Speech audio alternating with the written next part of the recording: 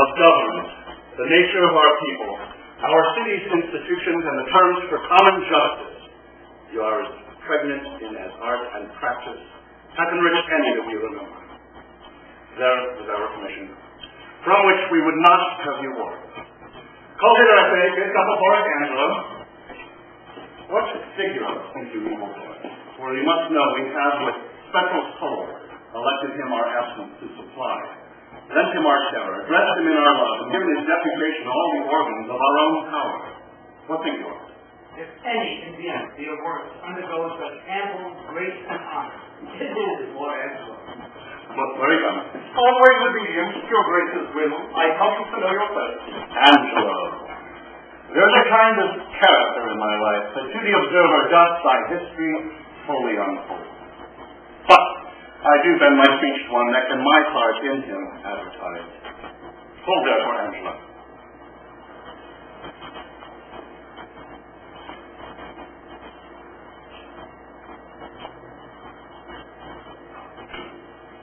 In our remove, be thou at full our start. Mortality and mercy in Vienna live in thy tongue and heart. Hold excellence, though first in question is thy secondary. Take thy commission. Now, good my lord, let there be some more tests made of my metal before so noble and so great a figure be stamped upon it. No more evasion. We have with a lemon and a pear of choice proceeded to you. Therefore, take your arms. Our haste from hence is of so good condition it prefers itself and leaves unquestioned matters of needful value. We will write to you how it goes with us and do look to know what doth befall you here. So, fare you well. To the hopeful execution do I leave you of your commission. Your scope is as mine own, so to enforce or qualify the law as to your soul seems good. Give me your hand. I will privily away. Once more, very well.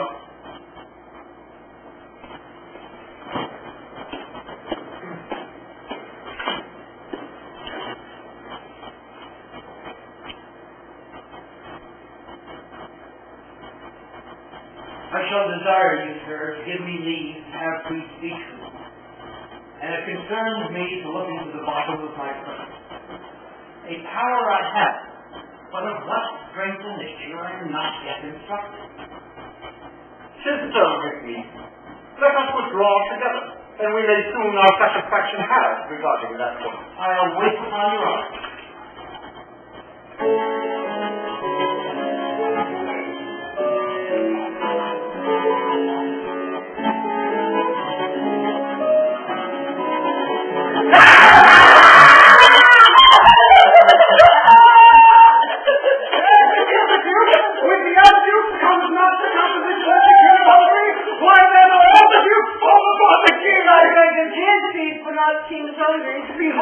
Behold, where Madam Mitigation comes. I have purchased as many diseases under her roof as come to what I've heard, Judge. $3,000 a year. And more, a French crown more. How now? Which of your hits has the most profound sciatica?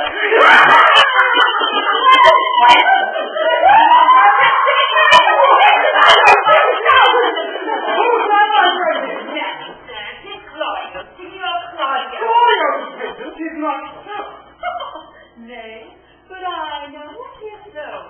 I saw him arrested, saw him carried away, and what's more, within these 3 days, his head is to be chopped off. And I'm forgetting that if Julietta was child. Oh, wait, let's go on the truth of it.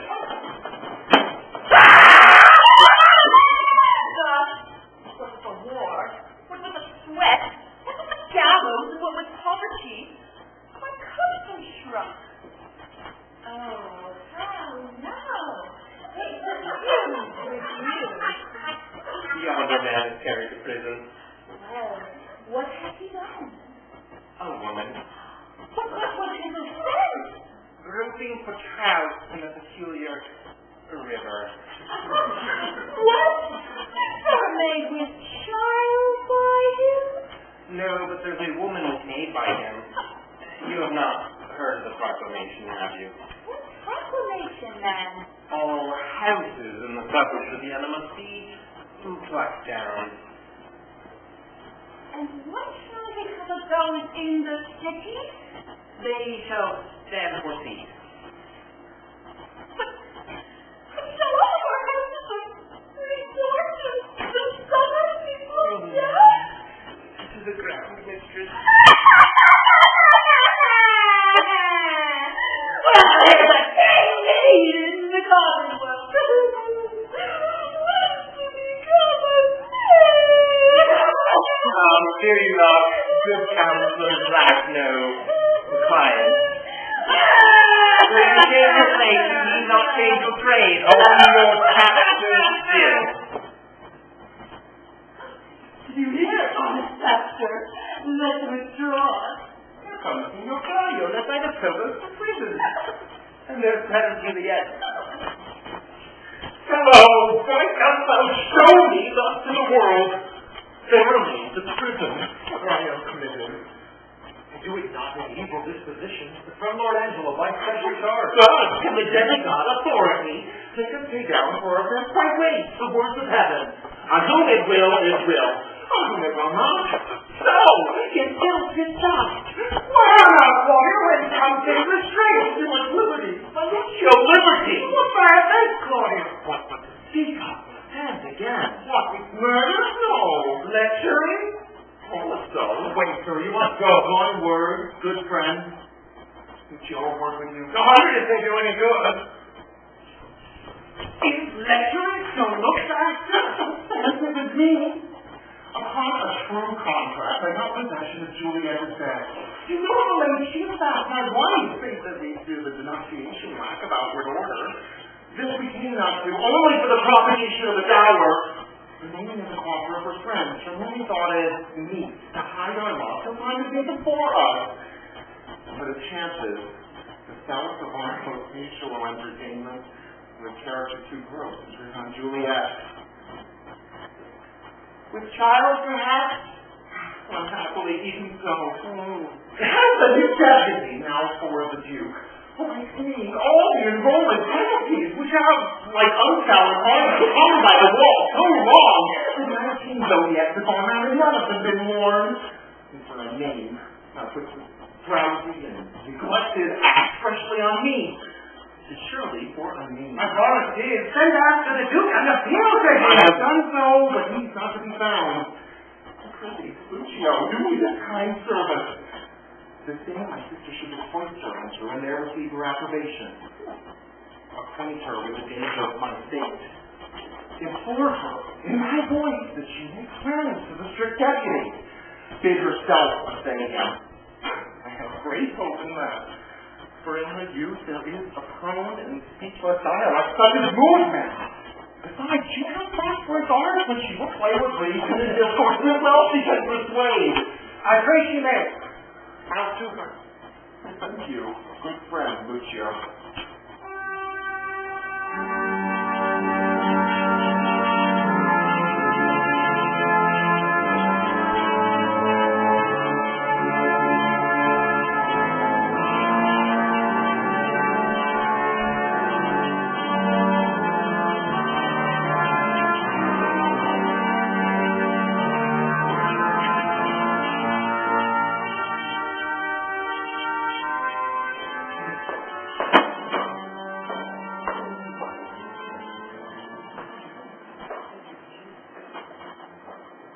I have delivered to Lord Angelo, a man of scripture and firm abstinence, my absolute power and place here in Vienna.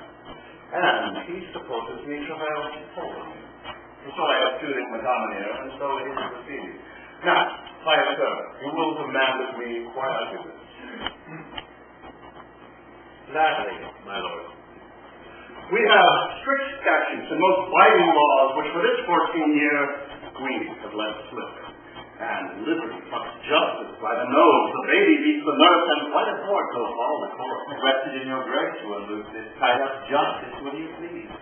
And it in you more dreadful would have seemed than in Lord Angelo. I do fear too dreadful. 'Twould be my tyranny to strike and gall them for what I bid them do. Therefore, Father, I have on Angelo imposed the office who may in the ambush of my name strike home. And yes, my nature never in the sight to do in slander. And to behold his sway, I will, as for a brother of your order, visit both prince and people. Therefore I pray thee, supply me with the habit, and instruct me how I may formally in person bear like a true friar. Angelo is precise. Stands at a guard with envy, confesses his blood flows, or that his appetite is more to bread than stone. Hence, shall we see a power of change purpose, what our humors be.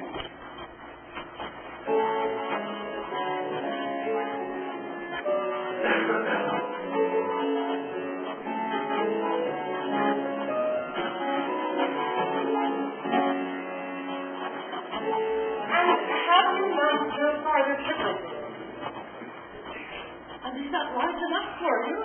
Yes, truly, I speak not as desiring more, but rather wishing a more strict restraint.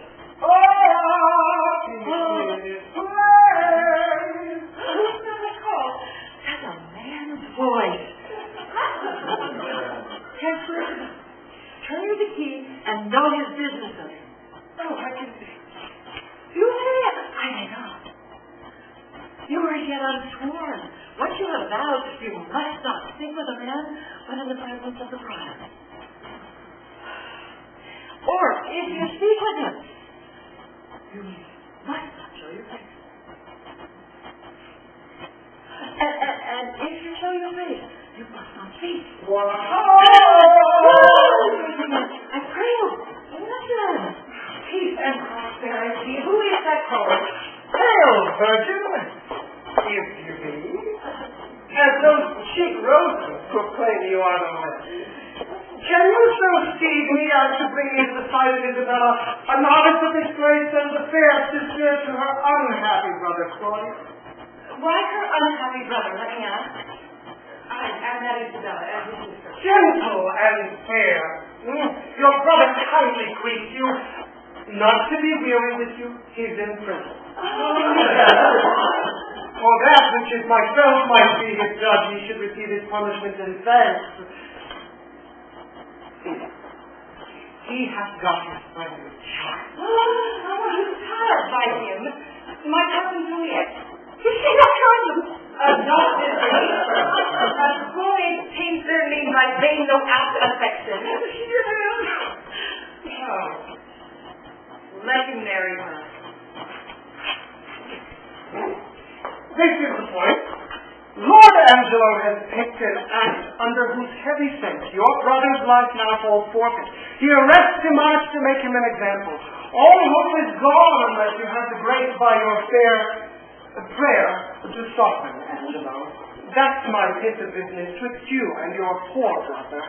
That is to seek his life. Has censured him on it already, and as I hear it, the provost has a warrant for his execution. What poor ability is in me to do him good? Say the power you can. My power, alas, I doubt. Our doubts are traitors that make us lose the good we all might mean by feeling towards him. Go to Lord Angelo, let him learn to know. When maidens sue, men give like God. I'll see what I can do. Let's see them. I will have it straight. No longer staying but to give the mother notice of my affair. I humbly thank you, sir. Commend me to my brother. Soon at night I'll send him certain word of my success.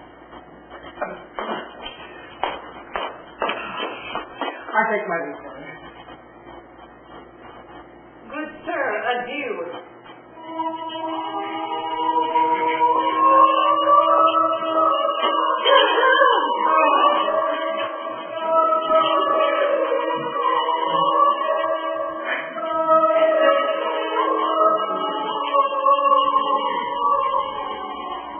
We must not make a scarecrow of the law, setting it up to fear the birds of prey, and then let it keep one shape until custom make it their perch, not their terror. But yet let us be keen and rather cut a little than fall and bruise to death. Alas, this gentleman whom I would say had a most noble thought. Let but your honor know, whom I believe to be most great in virtue, that in the working of your own affections, whether you had not sometime in your life heard in this point which now you censure him, and pull the law on you. 'Tis one thing to be tempted, another thing to fall. I must deny the jury passing on a prisoner's life may in the sworn 12 have a thief or two guiltier than him they try. You may not so extenuate his offense, but rather tell me when I would censure him his offense, then let mine own judgment pattern out my death, and nothing come impartial. Sir, he must die, if as your wisdom will. Where is the provost? Here is like your own. See that Claudio be executed by 9 tomorrow morning.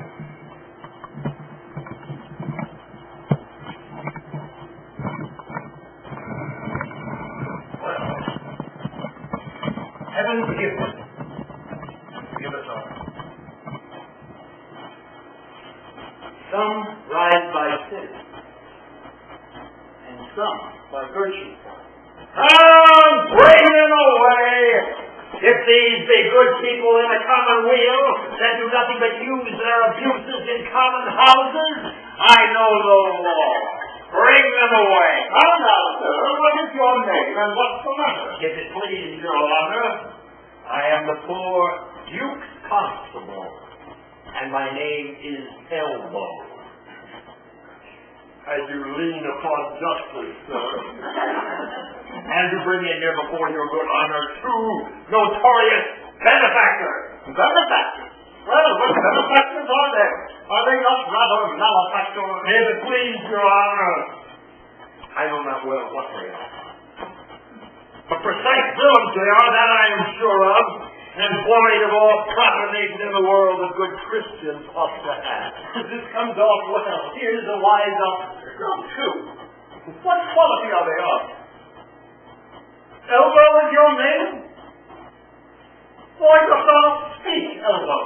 He cannot, sir. He's out at Elbow. And what are you, sir? He, sir, a captor, sir. Partial bawd. One that serves a bad woman, whose house, sir, was, as they say, plucked down in the suburbs.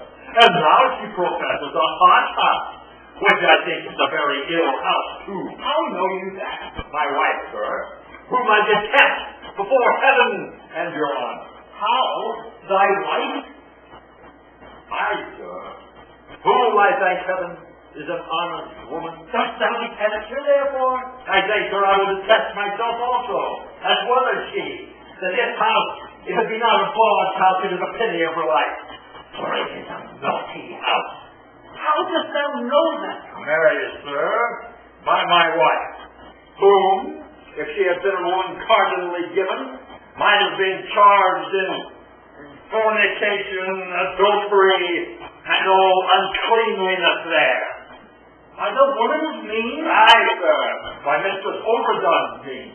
But, as he spit in his face, so she defied him.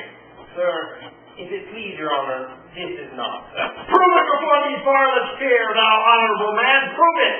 Do you hear how he misplaces? Sir, she came in great with child and longing, saving your honor's reverence for Stewart prude. Sir, we had but two in the house, which at that very distant time stood, as it were, in a fruit dish, a dish of some province. Your honor have seen such dishes. They are not china dishes, but very good dishes. Go to, no matter for the dish, sir.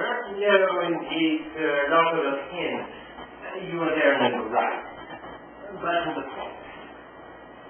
As I say, this mistress, Elbow, being, as I say, with child, and being great bellied, and longing, as I said, for prudes, and having left 2 in the ditch, as I said, Master Frost here, this very man, having eaten the rest, as I said, and as I say, came for them very honestly. For as you know, Master Frost, I could not give you preference again. No, indeed. Very well. You being then, if you be remembered, cracking the stones of the foresaid. I was so I did indeed. Why, very well. Then I telling you, if you be remembered, that such a one were half curious and seeing water, unless they got very died, as I told you. Oh, this is true. Why, very well then. Come, you are a tedious fool! To the purpose! What was done to Elba's wife that he had cause to complain of? Come to what was done to her! Sir, but you shall come to it by your honor's leave. And I beseech you, look into Master Frost here, a man of 4 pounds a year. He, sir, sitting, as I say, in a lower chair. Sir, where indeed you have a delightful fit. I was so because it was an open room and good for winter. Why, very well then, I hope you'll be true. This will last out till night in water when night are long. I'll take my leave and leave you for the hearing of this call, hoping that you will find good cause to whip them all. I think the last. Good morrow to your lordship. Now, sir, come on! What was done to Elba's wife once more? Once, sir, and there was nothing done to her once. I beseech you, sir, ask him what this man did to my wife. I beseech your honor, ask me. Well, sir, what did this gentleman do her? I beseech your honor, look in this gentleman's face. Master Frost, look upon his honor. It is for a good purpose. Does your honor mark his face? Aye, sir, very well. Nay, I beseech you mark it well. Well, I do so. Does your honor see any harm in his face? Oh, I know. Only suppose upon the book his face is the worst thing about him. Good then, if his face be the worst thing about him, how could Master Frost do the constable's wife any harm? I would know that of your honor. He's in the right, constable. What say you to it? First, And it like you. The house is a respected house. Next, this is a respected fellow, and his mistress is a respected woman. By this hand, sir, his wife is a more respected person than any of us all. Varlet, the last, wicked varlet. The time is yet to come that ever she was respected with man, woman, or child. Sir, she was respected with him before he married with her. which is the wiser here, justice or iniquity? Is this true? Oh, thou pagan! Oh, thou varlet! Oh, thou wicked! Terrible! If I respected with her before I was married to her, if ever I was respected with her, or she with me, let not your worship think me the poor Duke's officer. Prove this! Thou wicked Hannibal, or I'll have thine action of battery on thee. If he took you a box of the ear, you might have your action of slander, too. Marry, sir, I thank your good worship for it. What is your worship's pleasure I go do with this wicked Kikin? Truly, officer, because he has some offenses in him, that thou wouldst discover. If thou couldst, let him continue in his course until thou knowest what they are. Marry, sir, I thank your worship for it. Now seest thou, wicked varlet, now, what's come upon thee? Where were you born, friend? Oh, here in Medea. Are you a 4 pounds a year, sir? Yes, to please you, sir. So, what trade are you of, sir? A pastor. A poor widow's pastor. Your mistress's name? Mistress Overdone. Has she had any more than one husband? 9, sir. Overdone by the last. 9? Why do you have a 3 master? Master Frost, I would not have you acquainted with actors. They will draw you, Master Frost, and you will hang them. Get you gone and let me hear no more of you. Right. Thanks, your worship. For my own part, I never come into any room in a tap house but it's drawn in. Well, no longer, Master Frost. Farewell. Come you hither to me, Master Tasker. What's your name, Master Tasker? Pompey. What else? Fun, sir. True. And your bum is the greatest thing about you. So that in the beastliest sense, you are Pompey the Great. Pompey, you are partly a boy, Pompey. Howsoever you color it in being a tasker, are you not? Come, tell me true, it shall be the better for you. Truly, sir, I am a poor fellow that would live. How would you live, Pompey? By being a bard? What do you think of the trade, Pompey? Is it a lawful trade? If the law would allow it, sir. But the law will not allow it, Pompey, nor shall not be allowed in Vienna Harku. I advise you, let me not find you before me again upon any complaint whatsoever. No, not for dwelling where you do. If I do, Pompey, I shall beat you to your tent and prove a shrewd Caesar to you. In plain dealing, Pompey, I shall have you whipped. So for this time, Pompey, fare you well. I thank your worship for your good counsel.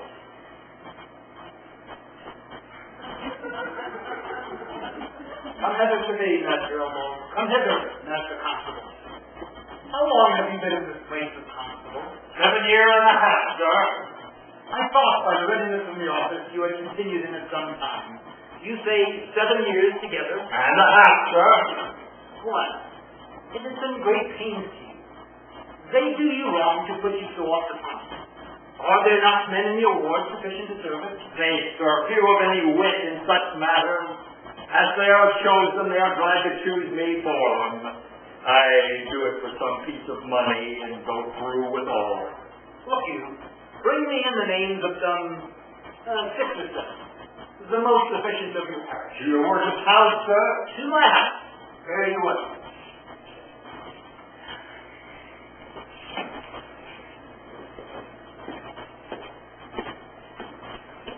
What's the cost for you? 11, sir. I pray you, home to dinner with me? I humbly thank you. It grieves me for the death of Claudia. But there's no remedy. And Lord Angelo is severe. It is but needful. Mercy is not stuck that ought looks at. Pardon is still the word of the second word. But yet, for Claudia, there is no remedy. Come.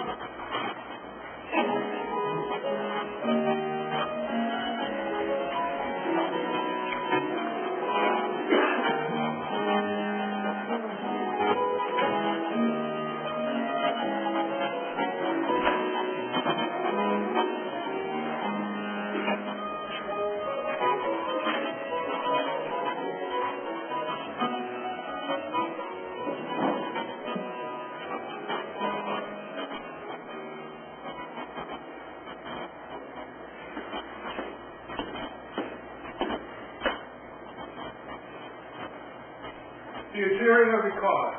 He will come straight. I'll tell him of you. Pray you do. I'll know his pleasure. Maybe he will relent. Alas, he hath but offended in a dream. All sects, all ages smack of this vice, and he to die for it. Now, Provost, what's the matter? Is it your will Claudio shall die tomorrow? Did I not tell thee yea? Hast thou not order? Why dost thou ask again? Lest I might be too rash. Do you your office, or give up your place, and you shall well be spared. I crave your honor's pardon. What shall be done with the groaning Juliet? She's very near her hour. Dispose of her to some Washington place, and that would speak.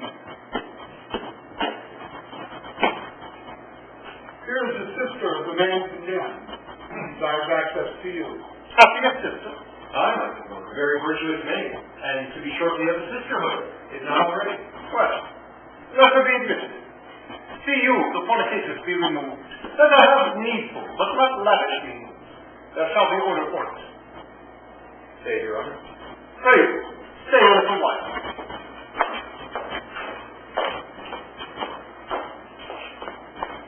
You're welcome. What's your will? I am a woeful suitor to Your Honor. Please let Your Honor hear me. Well, what's your suit? There is a vice that most I do abhor, and most desire should meet the blow of justice, for which I would not plead but that I must, for which I must not plead but that I am at war twixt will and will not. Well, the matter?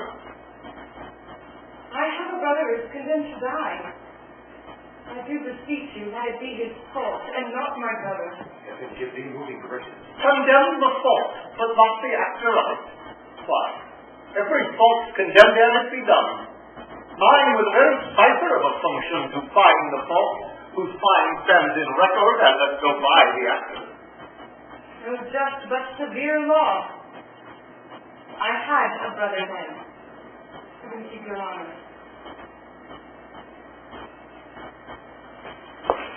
Give it not for so. Do him again. Kneel down before him. Hang upon his gown. You are too cold. If you should need a king, you could not with more tame upon desire. Kiss him, I beg. My pity spouse. Maiden, no remedy. Yes. I beseech that you might pardon him and neither heaven nor man agree with the mercy. I will not do it. But can you do it, if you would? Look, what I will not, that I cannot do. But might you do it, and do the world no wrong? If, so your heart were touched with that remorse as mine is to him. He is sentenced. It is too late. You are too cold. No, I do speak a word may call it again. Well, believe this. No ceremony that the great ones long, not the king's crown, nor the deputed sword, the marshal's truncheon, nor the judge's robe, become them with one half so the grace as mercy does. If he had been as you and you as he, you would have slipped like him, but he like you would not have been so stern. I pray you be gone. I would to heaven I had your potency and your Isabella, should it then be thus. No. I would tell what work to be a judge and what a prisoner. Touch him, bears the name. Your brother is a forfeit of the law. You must waste your words. Alas, alas. Well, the souls that were worth forfeit once. And he that might have been that had soon found out the remedy. How would you be if he, which is the top of judgment, should but judge you as you are? Oh, think on that. And a mercy that will breathe within your lips like man new made. Be you content, fairness. It is the law, not I, condemn your brother. For he my kinsman, my brother, or my son, it should be thus with him. He must die tomorrow. Tomorrow? Oh, that's sudden. Spare him, spare him. He's not prepared for death.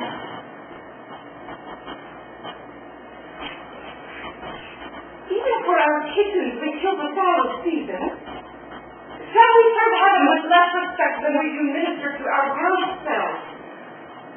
Good, my lord, think you. Who easily has died for this offense as many have committed? Die, well said. The law hath not been dead, though it hath slept. And the many would not have dared to do this evil, if the first who had the edict infringed answered for his deed. Yet show some pity. I show it most of all when I show justice.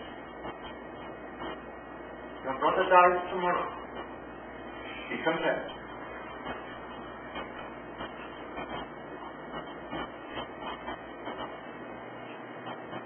So you must be the first that gives this sentence, and he that suffers?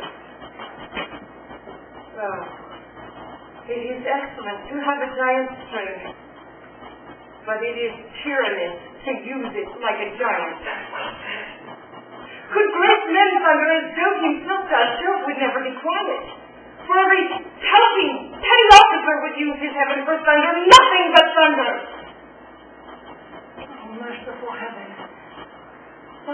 was like sharp and sulphurous bolt, with the unwettable and gnarled oak, and the soft myrtle.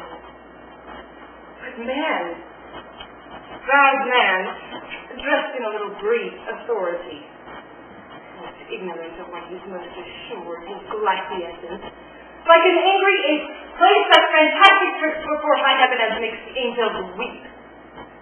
Who with our spleens would all themselves laugh mortal. To him, wench, and length coming out to see the... We cannot weigh our brother with ourselves. Great men may justly say his wit in them, but in the land, follows contradiction. Thou art the right girl for that. That in the heavens but a colored word, which in a soldier is flat blasphemy. By that, moron, why do you put these sayings on me? Because authority, though the air like others, has yet a kind of medicine in itself that skins the vine for its heart. Go to your bosom, not there, and ask your heart what it does know that's like my brother's sword. If it confess a natural guiltiness such as it is, let it not sound a thought upon your tongue against my brother's life.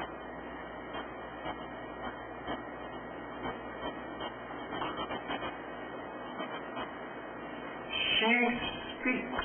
'Tis such sense that my sense breathes with it.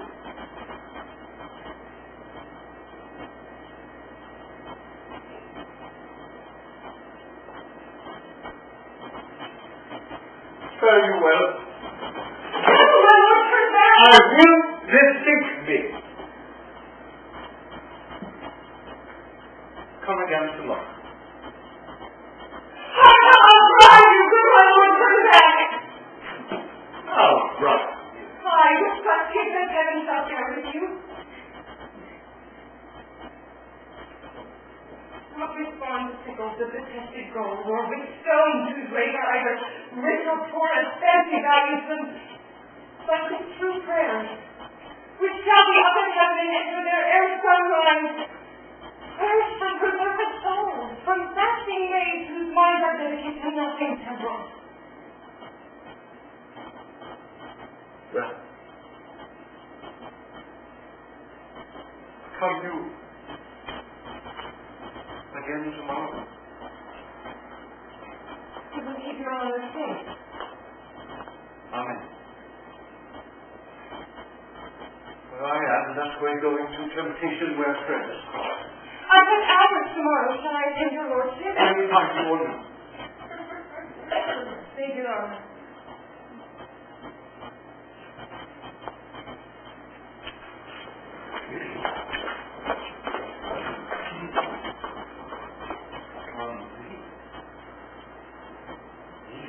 From thy virtue.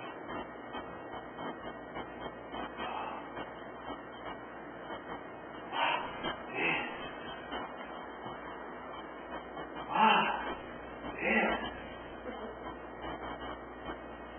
Is this her fault or mine? The tempter or the tempted? Who sins most, huh? Not she.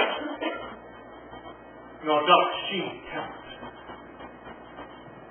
It is I, that lying by the violet in the sun, do as the foul carrion does, not like the flower, and corrupt with virtuous season.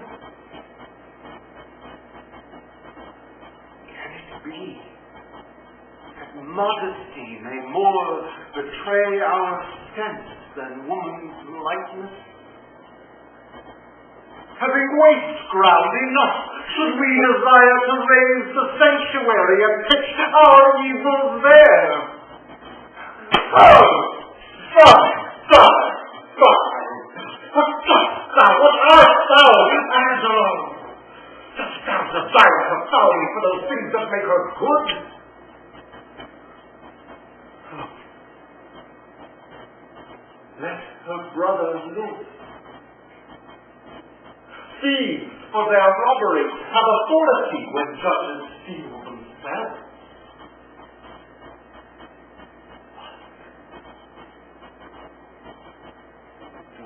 loved her. I desire to hear her speak again and feast upon those eyes. Oh, what is I dream on? Cunning enemy, that to catch a thing with things does make thy walk. Must into the that temptation that us go the paths of sin in loving virtue. Never could have sprung it. With all of her double vigor, art and nature once stir my temper. But this virtuous maid subdues me quite.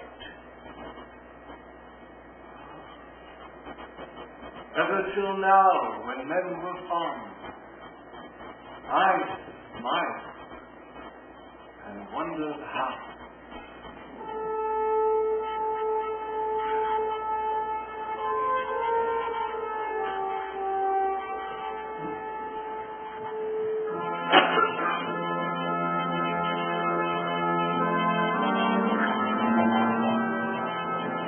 Hail to you, brother!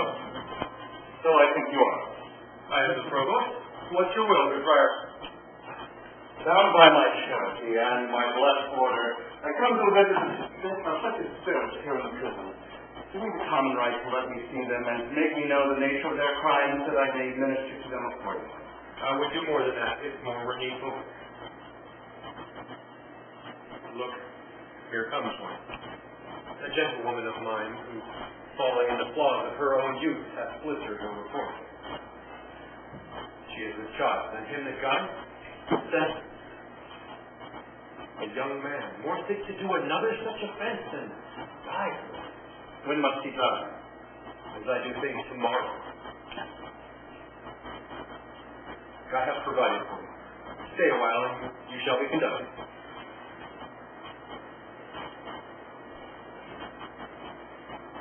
Repent you, fair one, of the sin you carry. I do, and bear the shame most patiently. I'll teach you how you shall arraign your conscience, and try your penitence if it be found or hollowly put on. I'll gladly learn. Love you the man that won you. Yes. As I love the woman that wronged him. So then, it seems your most offenseful act was mutually committed. Mutually. Then was your sin of heavier kind than his? I do confess it and repent it, Father, and take the shame with joy.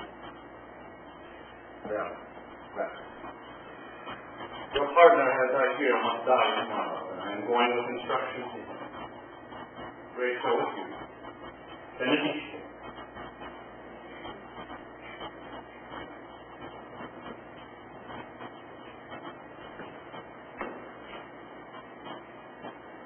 Must die tomorrow?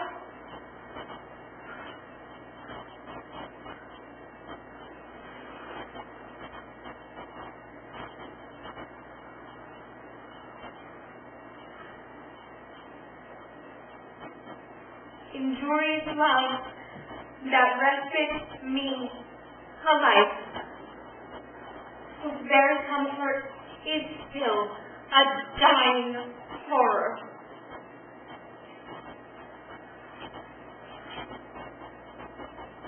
This city is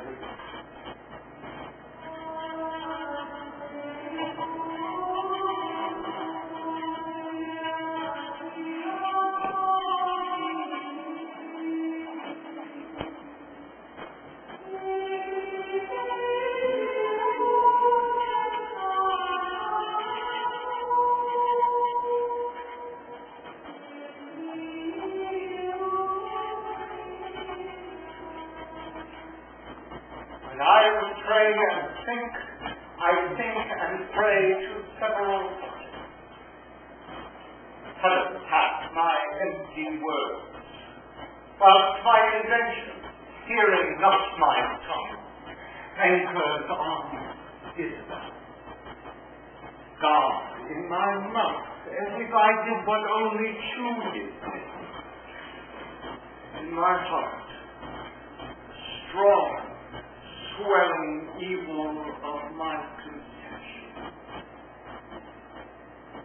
Oh, slave. Oh, boy. How often dost thou with thy cake, thy habit, wrench on from food, and tie even wiser souls to thy false feet?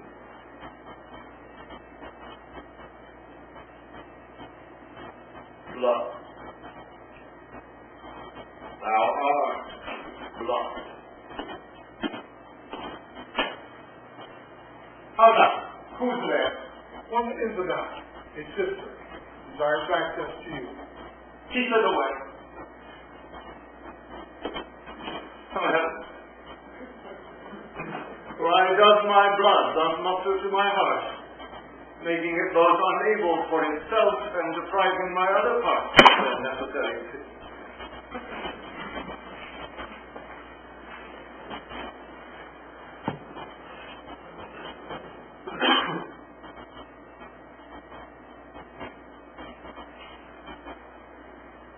How now, Karen? I'm come to know your pleasure. That you might know it would much better please me than to demand what is. Your brother cannot lose. Even so, having to your honor. And yet, he may live a little while. And it may be as long as you or I, and yet he must die. Under your sentence, Yes.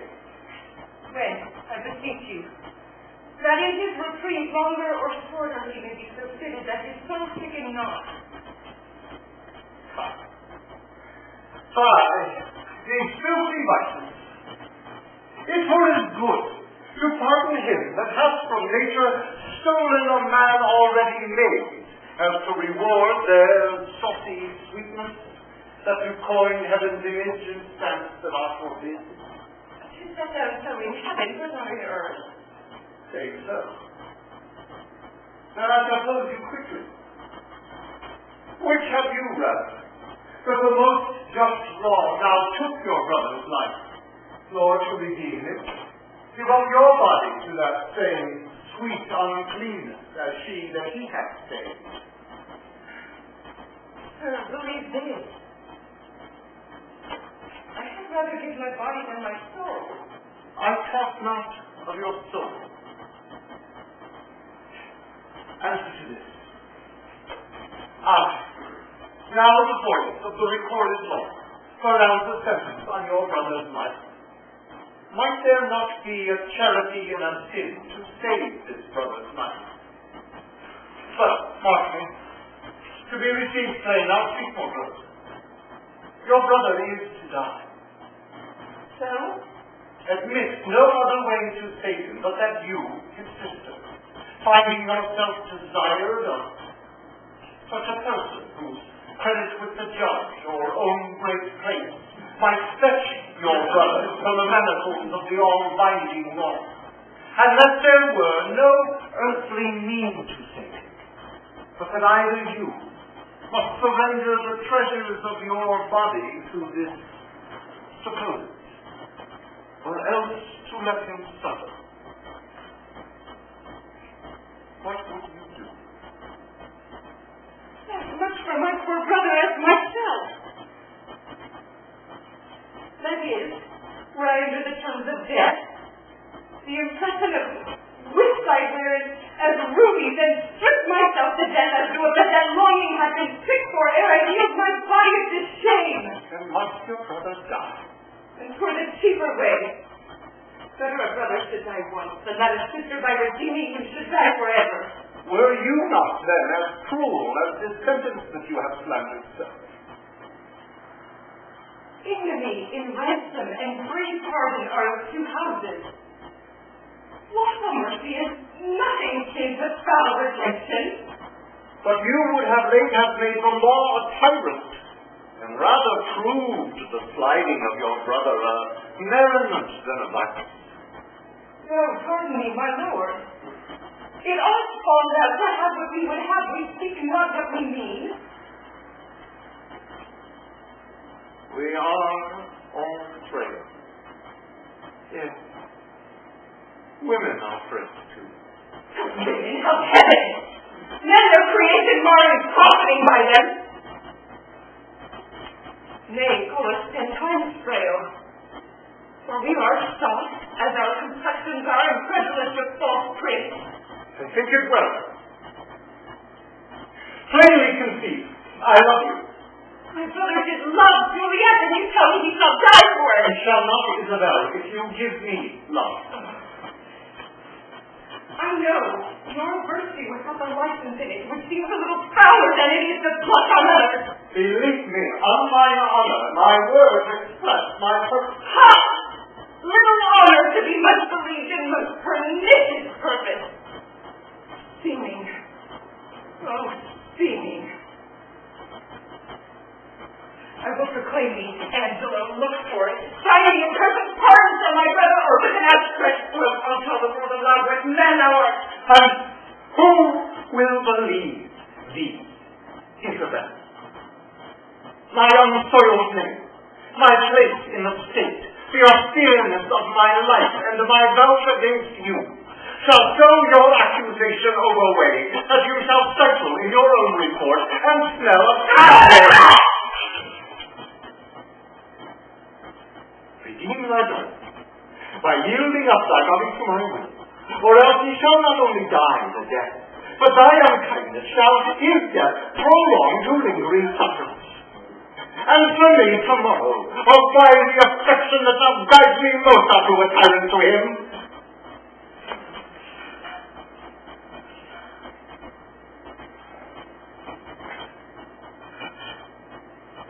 And as for you, say what you can. My faults outweigh your truth.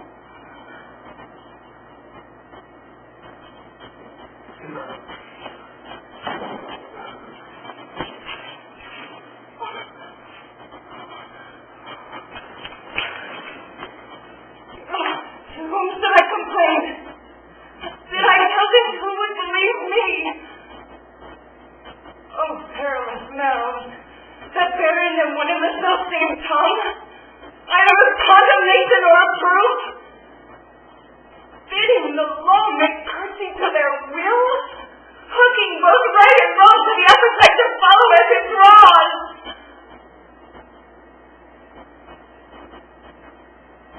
To my brother, though he hath fallen by puncture of the blood, yet hath he in him such a mind of honor, that had he 20 heads to tender down on 20 bloody blocks, he'd yield them up before his sister should her body stoop up like a board solution. But Isabel is chaste. And brother died. Oh.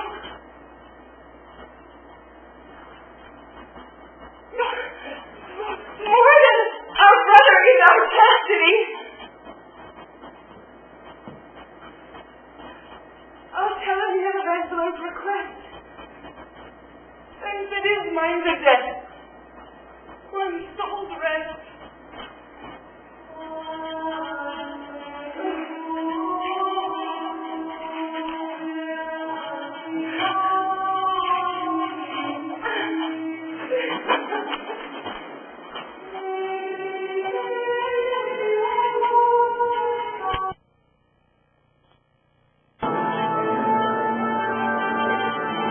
So then you hope of pardon from Lord Angelo? This will have no other mention, but only hope. I have hope to live. But I'm prepared to die. Be absolute with that. Either death or life shall thereby be repeated. Reason thus with life. If I do lose thee, I lose a thing none but fools would keep. Abreast thou art. I humbly thank you. Let it come on. If there ever long I visit you again, most holy sir, I thank you. But my business is a word or two with Claudia. I think very welcome. Look, senor, here's your sister. Provost, a word with you? As many as you please. Sister, what's the comfort? I saw comfort, Tom. It looks good. It looks good indeed. Lord Angelo, having affairs to heaven, intends you for his swift ambassador. Therefore, your best appointment may with speed. Tomorrow you set on. Is there no remedy? None, but such a remedy as to sting ahead would leave a heart in flame. But is there any? Yes, brother, you can live. There is a devilish mercy in the blood which you enforce that will free your life, but fetter you till death. Perpetual durance? But in what nature? In such a one as you consenting to it would bar your honor from that friendly bear and leave you naked. What is the point? I do fear thee, Claudio, and I quake. Lest thou a feverous life shouldst entertain in 6 or 7 winters more respected and perpetual honor. There shall die. The sense of that is much in apprehension. And the poor beetle that we fed upon in corporal suffering spite the pain as great as when a giant dies. Why gives you me this shame? Did you want a resolution that's from flowery tenderness? If I must die, I will encounter darkness as a bride, hug it in my arms. There spake my brother. There my father's grave did utter forth a voice. Yes, I must die. Thou art too noble to conserve a life in base appliances. His outward seemed deputy yet a devil. His filled with indignity would appear upon as deep as hell. The frenzy, Angela. Which is the cunning livery of hell. The damnedest body to invest in covering frenzy guards. Dost thou think, Claudio, if I would yield him my virginity, thou mightst be free? Oh, heavens! It cannot be.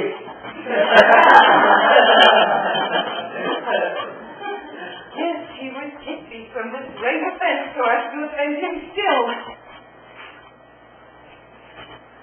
Tonight's the time I should do what I have forced name, or else thou diest tomorrow. Thou shalt not do it. But my life, I throw it down for your deliverance as quickly as I can. Thanks, dear Isabel. Be ready, Claudio, for your death tomorrow. Yes. I have seen affections in him. The thought you make him bite the law by the nose when he was forced it. Surely there's no sin. Or if the deadly seven, it is the least.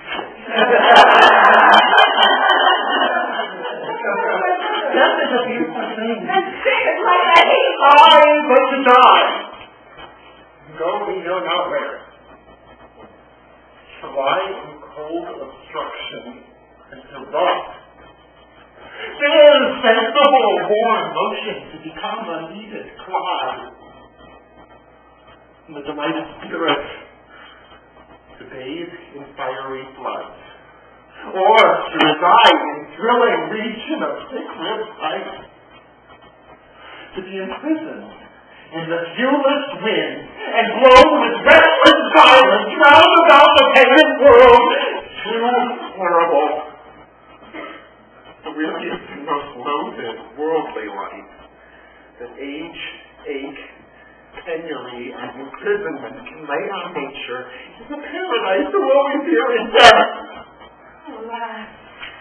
Alas, we do to let me live. What can you do to save a brother's life? Nature dispenses with the deed so far that it becomes a virtue. Oh, disease. Oh, faithless coward! Oh, dishonest wretch! Wilt thou get a man out of my bite? It's not a kind of incest to take life from my own sister's shame! What should I think? Heaven shield my mother, played my father fair, for such a warped slip of wilderness ne'er issued from his blood. Think of my defiance. Die. Perish. My bending down, reprieve me from my fading to proceed. I'll say 1,000 prayers before thy death. No word has saved me. Fine! Thy sins no accidental but a trace. Mercy said he would prove himself of God. Do best I might quickly. Oh, hear me, Isabella! I'll say the word, young sister, but one word. What is your will? Might you dispense with your leisure, I would, by and by, have some speech with you. The satisfaction I would require is likewise your own benefit. I have no superfluous leisure. My stay must be stolen out of other affairs.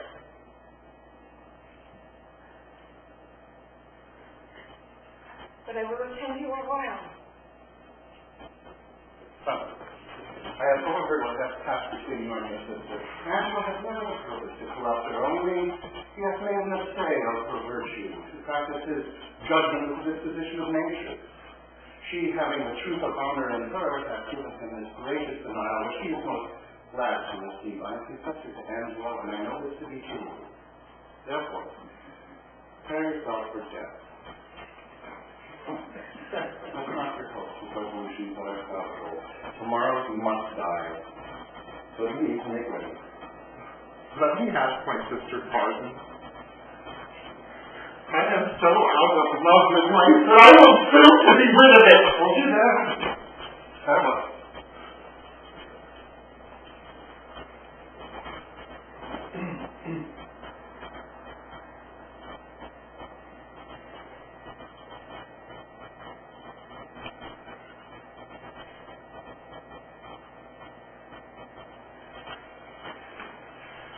The hand that hath made you fair hath made you good.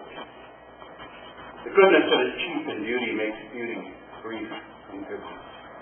But grace, being the soul of your complexion, shall keep the body of it ever fair.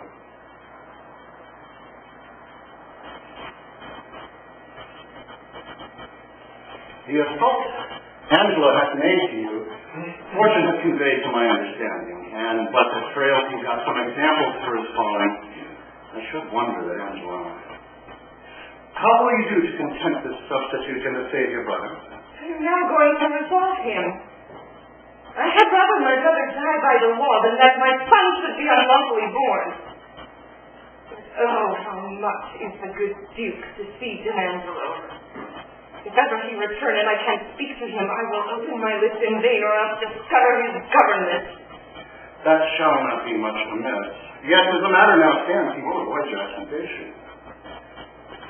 He made trial of the old man. Therefore, fasten your ear on my advisings. To the love I have of doing good, a remedy presents itself. I do make myself believe that you may most uprighteously do a poor wronged lady a merited benefit. Redeem your brother from the angry law. Do no stain to your own gracious person, and much please the absent Duke. If, peradventure, he should ever return to have hearing of this business. Let me hear you speak further. I have spirit to do anything that appears not foul in the truth of my spirit. Virtue is bold, and goodness never faithful. Have you not heard speak of Mariana, sister of Frederick the great soldier, who miscarried at sea? I have heard of the lady, and good words went with her name. She, should this Angela have married, was affianced to her oath and the nuptial appointed, between which time of the contract and limit to the solemnity, her brother Frederick miscarried at sea, having with him in that parish vessel the dowry of his sister. But mark how heavily this befell to the poor gentlewoman. There she lost a noble and renowned brother. With him, the portion and sinew of her fortune, her marriage dowry, and with both, her convenant husband, this well-seeming Angela. Can it be so? Did Angela so leave her?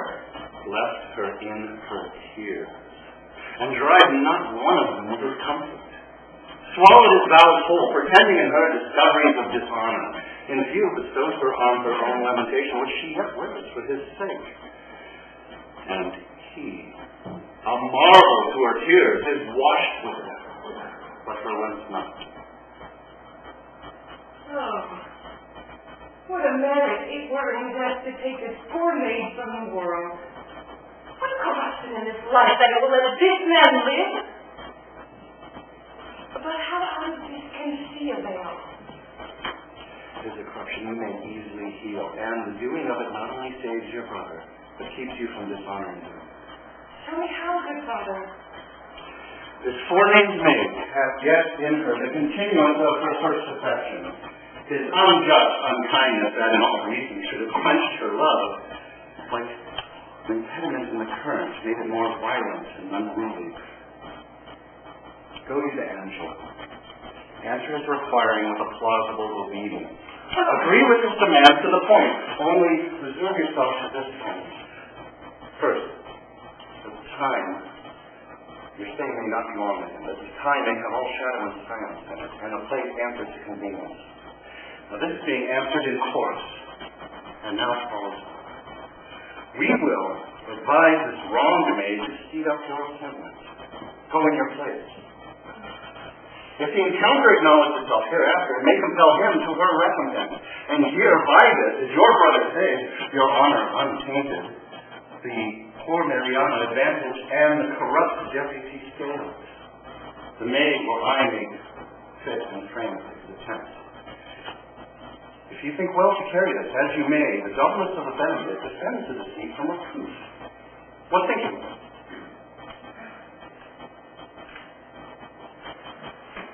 The image of it gives me content already, and I trust it will grow to a most prosperous perfection. It lies much in your holding up. Speed you hastily to Angelo. If for this night he entreats you to his bed, make a promise of satisfaction. I will presently to St. Luke's. There at the moated grange resides this dejected Mariana. At that place call upon me. But dispatch with Angelo, that it may be quickly. I thank you for this comfort. Fare you well, good father. Nay, if there be no remedy for it, but that you must needs buy and sell men and women like beasts, we shall have all the world drink brown and white batter. Oh, heaven, what stuff is here? Come your way, sir. Bless you, good Father Friar. And you, good brother father. What offense hath this man made you, sir? Marry, sir, he has offended the law. And, sir, we take him to be a thief, too, sir. Oh, we have found upon him a strange picklock, which we assist the deputy. Father, said Rob, a bawd, a wicked bawd, the evil thou causest to be done, that is thy means to live? Canst thou but think what 'tis to cram a maw, or close a back from such a filthy vice? Say to thyself, from their abominable and beastly touch I drink, I eat away with stuff and live. Canst thou believe thy living is a life so stinkingly depending? Go man. Go man. Indeed, it does stink in some sort, sir. But yet I would prove. Nay, if the devil hath given thee food for sin, thou would prove him. Faithfulness of master, correction and instruction must both work, or else this rude beast will profit. He must before the deputy, sir. He hath given him warning. The deputy cannot abide a whoremaster. If he be a whoremonger and come before him, he is good to a mile on his errand. That we were all, and some would seem to be, from our faults and seeming free. His neck will come to your waist. A cord, sir. I cry comfort. I cry bail. Here's a gentleman and a friend of mine. Well now, Pompey, what? The wheels of Caesar? Are thou met in triumph? How does my dear morsel thy mistress? Procures she still, huh? Troth, sir, she has eaten up all her beef and she is herself in the tub. It is good. It is the right of it. It must be so. Ever your fresh whore and your powdered bawd, and unshunned consequence, it must be so. Art going to prison, Pompey? Yes, sir.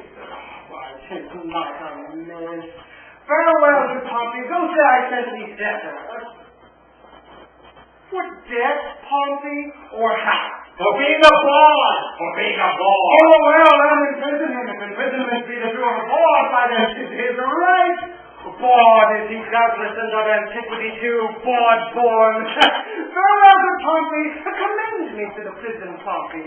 You will turn good husband now, Pompey. You will keep the house. I hope, sir, your worship will be my man. Oh, no, indeed, were I not Pompey, it is not the wear. I will pay Pompey for your increased bondage if you take it not patiently. Why, your mettle is the more. Farewell, noble Pompey. Bless you, friar. Thank you. Just preach his pace, still. Come your way, sir, come. You will not avail me then, sir. Then Pompey, no now. What news abroad, friar? What news? Come your way, sir, come. Don't you get a Pompey? Go! What news, friar, of the Duke? I know of none. Can you tell me of any? Some say he is with the Emperor of Russia, others say he is in Rome, but where is he, think you? No, I know not where, but wheresoever I wish him well. It was a mad and tactical trick of him to steal from the state and usurp the beggar, and he was never born to. Lord Angelo used it well in his absence. He could transgress into it. He does well in it. A little more levity to lechery would do no harm in him. Something too crabbed that way, friar. It is too general a vice, and severity must cure. Yes, in good sooth, the vices of a great kindred. It is well allied, but it is impossible to extirpate quite, friar, till eating and drinking be put down. They say this Angelo was not made of man and woman by this downright way of creation. Is it true, think you? How should he be made, then? Some report a sea maid spawned him. Others say he was begot between two stockfishes. But this is certain. When he makes water, his urine is congealed ice. That I know. You are pleasant, sir, and speak of taste.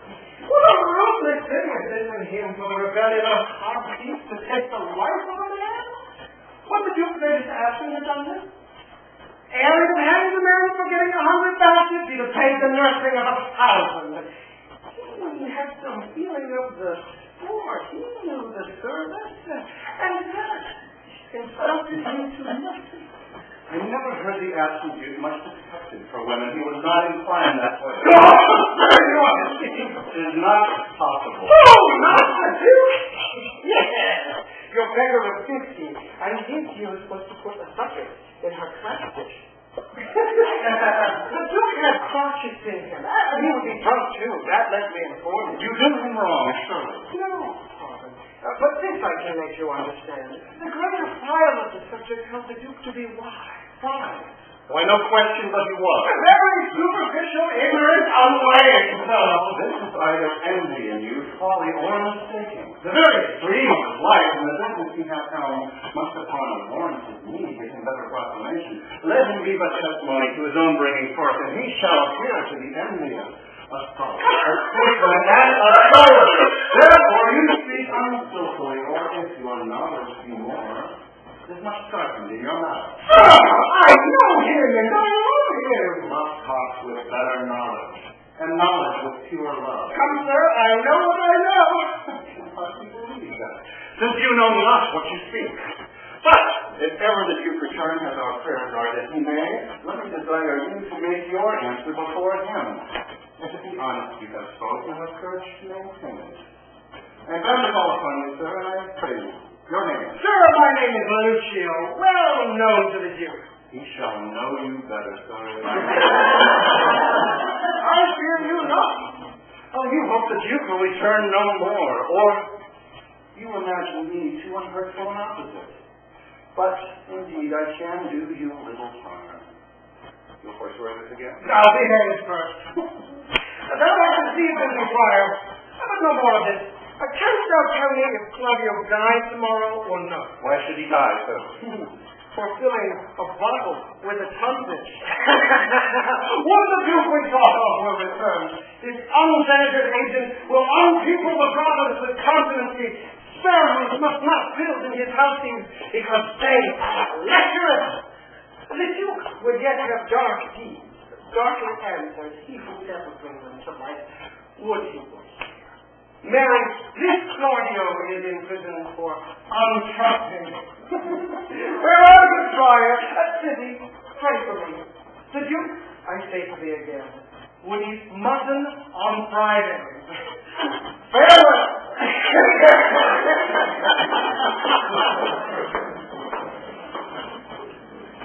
No might nor greatness can censure escape. That woman count me the widest virtue strike. What king so strong can tie the gall in the slenderest tongue? But you come here. Go, away with it, Chris. Oh, good, my lord, be good to me! Come on, you may not do that, oh, man! Oh, good, my lord! Double and treble admonition, and still office in the same kind as would make Mercy swear, and play the tyrant. The bar of 11 years continuance, may it please your honor. My lord, Lucio never mentioned it against me! Mr. Kierst was with child fighting in the Duke's time, and he promised to marry. His child was a year and a quarter old come Philip and Jacob. I have cared for it myself. See how he comes about to abuse me. That fellow is a fellow of much license. Let him be called before us. Away with him, prisoner! No more!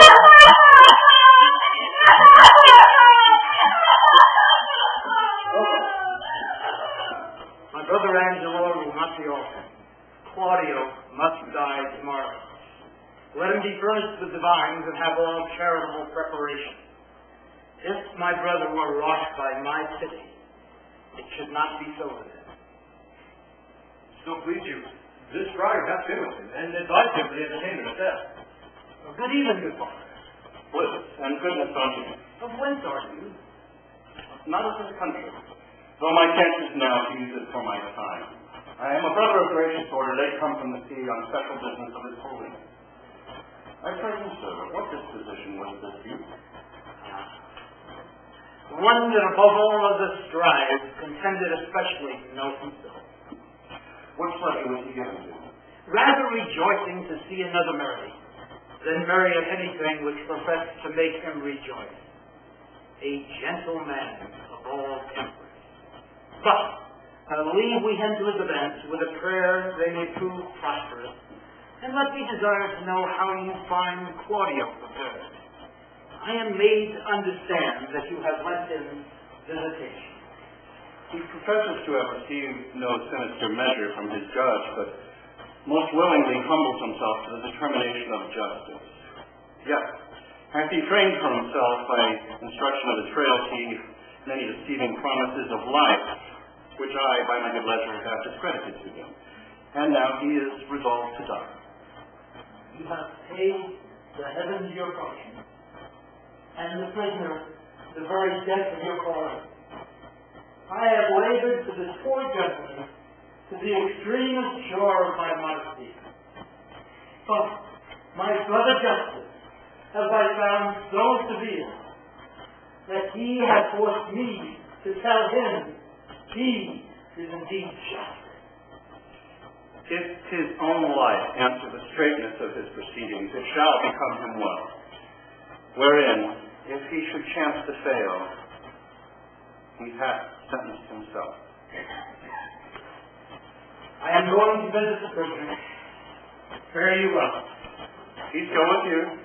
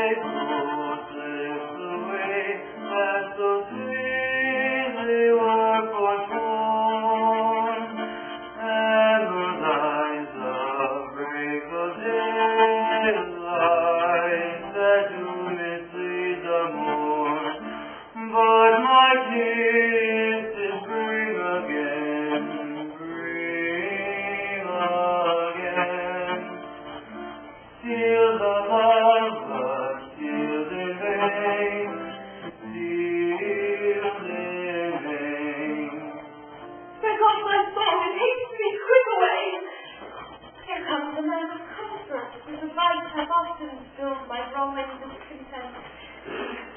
I cry you mercy, sir, and most have wished you had not found me here so musical. Let me excuse me, and believe me so, my mirth not to please, but please my woe. 'Tis good. So music oft hath such a charm to make bad good, and good provoke to harm. I pray tell me, has anybody inquired for me here today, much upon this time I have promised her to meet? You have not been inquired after. I have sat here all day. I shall praise your forbearance a little. Maybe I shall call upon you anon for some advantage to yourself. I am always bound to you. Very well met, and welcome. What is the news from this good deputy? He has a garden circummered with brick, whose western side is with a vineyard back. There have I made my promise upon the heavy middle of the night to call upon him. But shall you upon your knowledge find this way? Oh, I have seen a due and wary note on it, with whispering and the most guilty diligence and actions all of precept. He did show me the way twice over. Are there any other tokens between you and me concerning her observance? No, none. Only a repair in the dark, and that I have possessed him, my most can be but brief. For I have made him know I have a servant comes with me along and stays upon me, whose persuasion is I come about my brother. 'Tis well borne out. I have not yet made word known to Mariana. What ho within? Come forth. I pray you be acquainted with this maid. She comes to do you good. You desire the light. You persuade yourself that I respect you. Good quiet, I know you do, and have found it. Take then this your companion by the hand, who has a story for your ear. I shall await your leisure, but make haste. The vaporous night approaches. Will please you outside?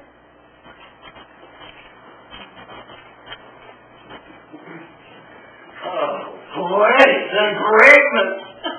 1,000 false eyes have stuck upon thee. 1,000 escapes of wit make thee the father of their idle dreams. And rack thee in their fancies.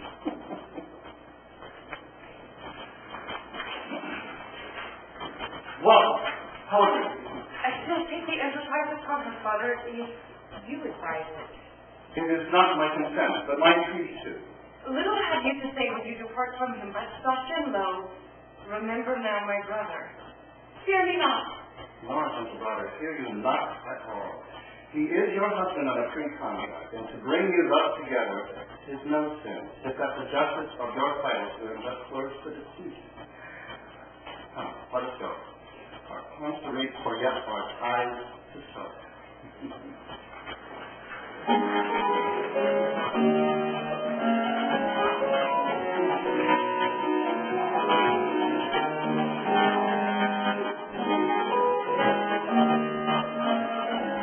Hither, sir,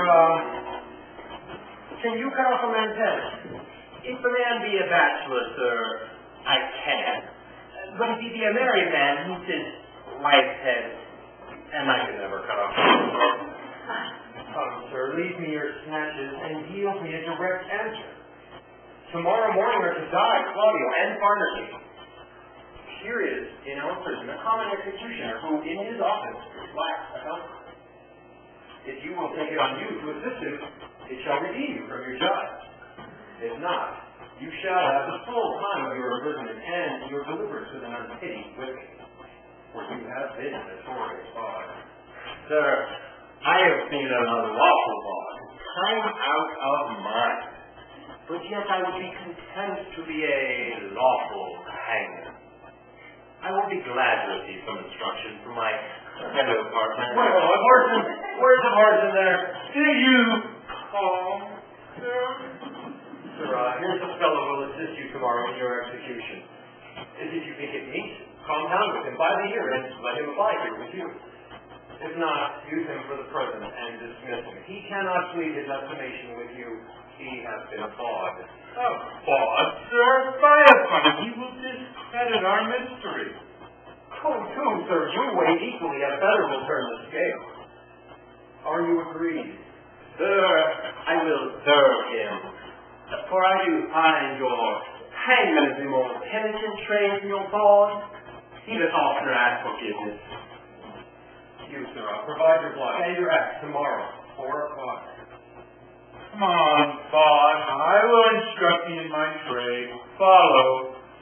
I do desire to learn, sir, and I hope, if you have occasion to use me for your own turn, you shall find me God.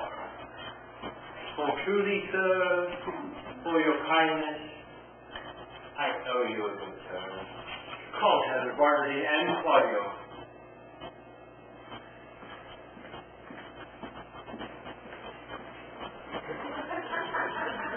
The one half my thing. Not a shock the other being a murderer, though he were my brother. Look, here's the warrant, Claudio, for thy death. It is now dead midnight, and by 8 tomorrow thou must be made immortal. Where is Barnaby? Fast locked up in sleep or guiltless labor whenever I start cleaning the traveler's phone. She's still not away. Okay, do good. Well, go. Prepare thyself. What doing? How do you get my shirt? Fine.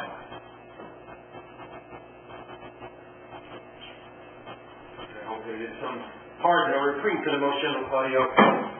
Well, that's one wholesome spirit of the night indulging Miss Provost. Whose fault here, Blake? None. It's the curfew run. Not Isabel. No. Well, they won't send every long. What comfort is for Claudio? Oh, there's some in hope. 'Tis a bitter deputy. Well, now that's done. Have you received no countenance of Claudio yet, but he must die tomorrow? None, sir. None. As near the dawning, Provost, as it is, you shall feel more ere morning. Happily you something know. Yet I believe there comes no countermand, no such example happens. And besides, upon the very siege of justice, Lord Angelo hath to the public ear professed the contrary. This is his lordship's message. And here comes Claudio's pardon. My lord has sent you this note, and by me this further charge, that you swerve not from the smallest article of it, neither in time, matter, or other circumstance. Good morrow, for as I take it, it is on the way. I shall obey him. This is his pardon, purchased by such sin that the pardoner himself is in. What do, sir? I told you. Lord Angelo, the like, thinking me remiss in my office, awakens me with this unwanted putting on. Methinks strangely, for he hath not used it before. Pray, what's him?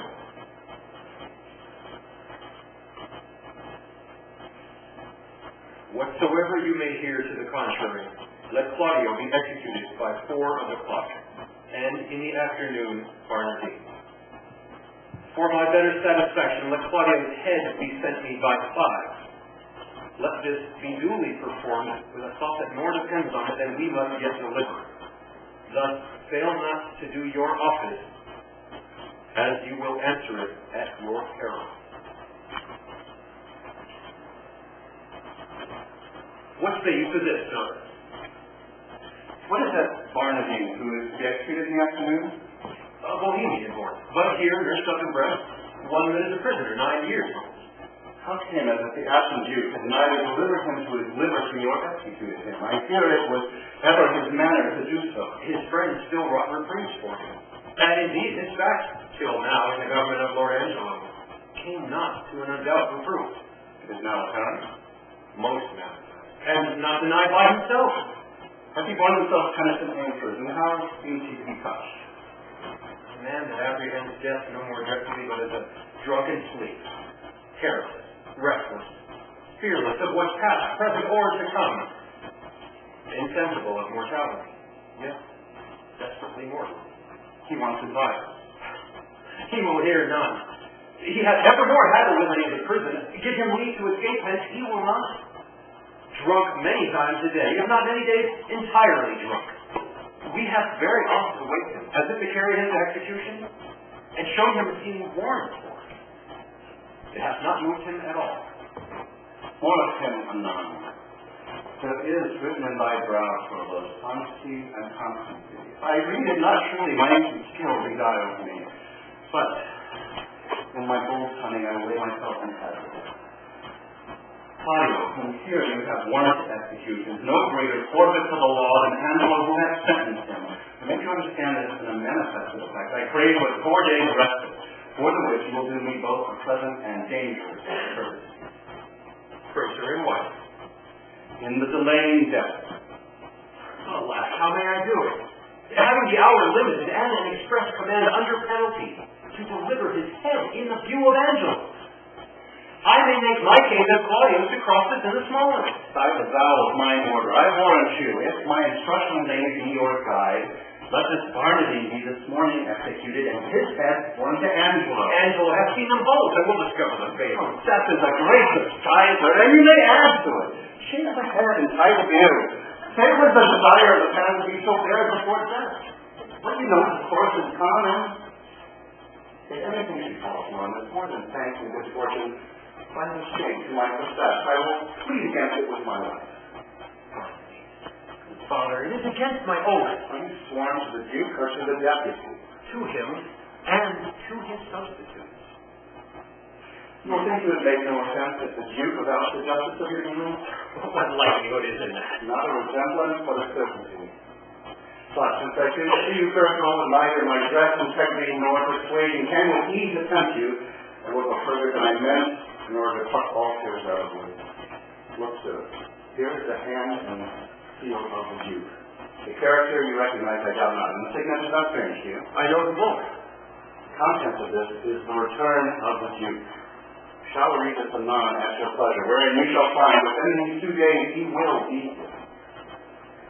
This is a thing that Angelo knows not, for he this very day received letters of strange tenor. Perchance the death of the Duke. Perchance entering some monastery, but by chance nothing of what is writ. Look, the unfolding star calls up the shepherd.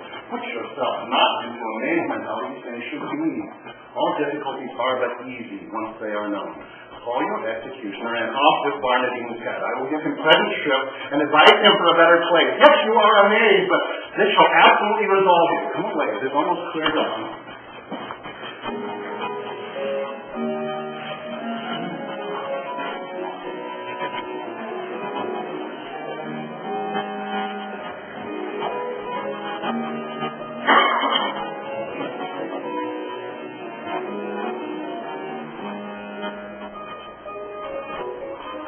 Well acquainted here as I was in our house of profession.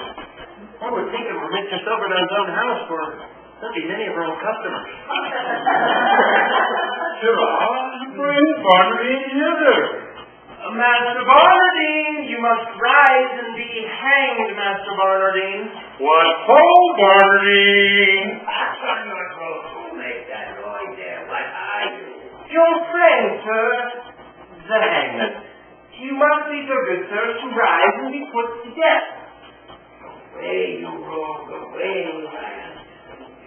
Tell him he must awake, and that quickly too. Pray, Master Barnardine, awake so you're executed and sleep afterwards. Into him and fetch him out. He is coming, sir. He is coming. I hear his straw rustle. Is the axe upon the block, sirrah? Very ready, sir. Now, what signals with you? Truly, sir, I would desire you to clap into your prayers. For look you, no warrant come. You rogue, I've been drinking all night. I'm not fit for it. Oh, the better, sir. For he that drinks all night and is hanged betimes in the morning may sleep the sounder all the next day. Look you, sir, here comes your ghostly father. Do we just now think you? Sir, bound by my charity and hearing how hastily you are to depart, I come to advise you, comfort you, and pray with you. I've been working hard all night. You'll have more time to prepare your be out my friends with yours. I will not consent to die this day at such an Oh, sir, you must. And therefore I beseech you, look forward on the journey you shall go. I will not die for me, for any man's persuasion. But hear me, sir. Not a word. If you have anything to say to me, comes from my lord. For this will not I today.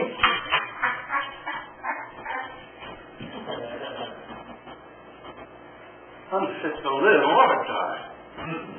Oh, wow. Hark. After him, fellows, bring him to the block.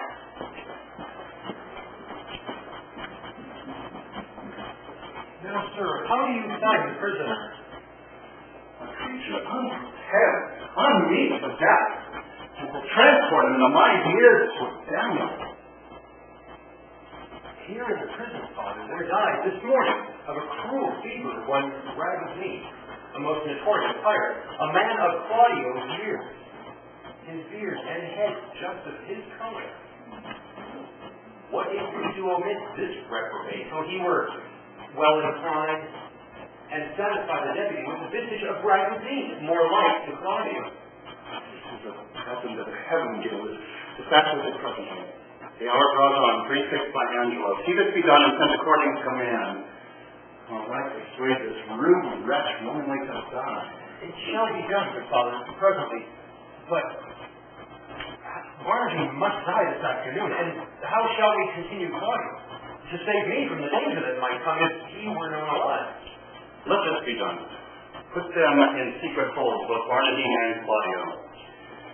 Their flight, the sun has made its journey greeting on yon generation. You shall see your safety manifested.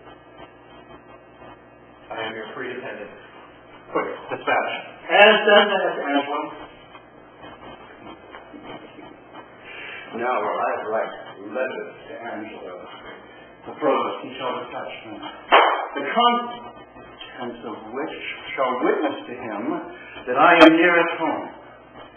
And by great injunctions I am bound to enter publicly. Him I'll desire to meet me at the consecrated font a league below the city. And from hence, with cold gradation and well-balanced form, we shall proceed Angelo. Here's the head. I'll carry it myself. Convenient is this. Make a quick return, for I will commune with you of things that want no ear but yours. I'll make all speed. He's probably here. The tongue is Isabel. She comes to know if you have her brother's pardon and comes hither. But I will keep her ignorant of her good, to make her heavenly comforts of despair when it is least expected. Oh, and by your leave. With one of you, for ungracious sorrow. The better given me by so holy a man. How yet have you accepted my brother's pardon? He hath released him, Isabel, from the world. His head is off from Angelo. Maybe it is not so. It is no other. Show your wisdom, daughter, and your close patience. Oh, I will to him and pluck out his eyes. You will not be admitted to his sight. Unhappy Claudio, wretched Isabel, injurious worldling, damn it, Angelo! This nor hurts him, nor profits you a child. Forbear it, therefore, is your cause to heaven. Mark what I say, which you shall find by every syllable of faithful verity. The Duke comes home slow. Nay, dry your eyes. One of our convent, his confessor, gives us this instance. Already he had carried notice to Esther and Angelo, who do proceed to meet him at the gate, there to give up their power. If you could take your wisdom on that good path I wish it go, you shall have your wisdom on the stretch. Grace of the Duke, revenge is to your heart and general honor. I am directed by you. This letter then to Friar Peterville is that he sent me of the Duke's return. Say, by this token, I require his company in Mariana's house tonight, and her cause and yours I will protect him with all. And he will bring you before the Duke, and there, to the head of Angelo, accuse him home and home. For my poor self, I am combined by a sacred vow, and I shall be absent. When you with this letter and command the flooding waters from your eyes with a light heart, trust not my holy orders I pervert your course. But who comes here? Goody. Why, is the provost? Not within, sir. Oh, pretty Isabel. I am pale at my heart to see thine eye so red. Thou must be patient. I am fain to dine and sup with water and bran. I dare not, for my head fill my belly one fruitful meal with deadly toil. But they say the Duke will be here tomorrow. By my troth, Isabel, I love thy brother. If the old fantastical Duke of Dark Corners had been at home, he had lived.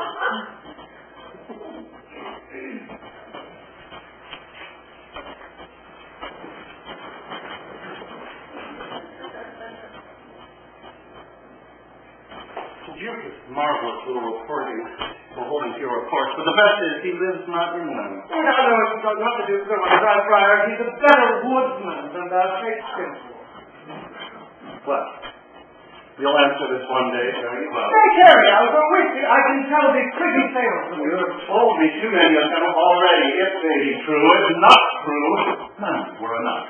I was once before him for getting away with a child. Did you such a thing? Yes, Mary, did I. But I was fain to forswear it. They would else have married me to the rough and meddler. Sir, that company is fairer than honest. Rest you well. How by my troth, I'll go with you to the lane then. If body talk offend you, we'll have a little of it. Nay, Friar, I am a kind of bird.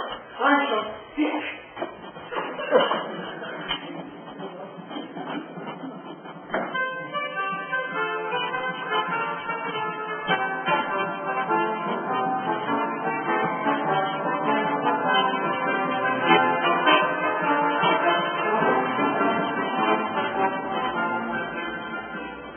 Every letter he hath written hath this out brother, In most uneven and destructive manner. His actions show much like to madness. Pray heaven his wisdom be not tainted. Why meet him at the gate and surrender our authorities there? I guess not. And why should we proclaim it in an hour before his entering, that if any desire redress of injustice, they should exhibit their petitions in the street? He shows his reason to that.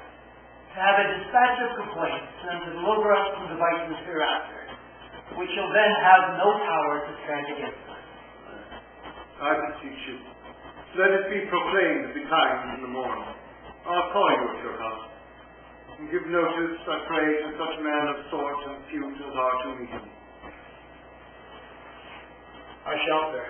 Fare you well. Good night.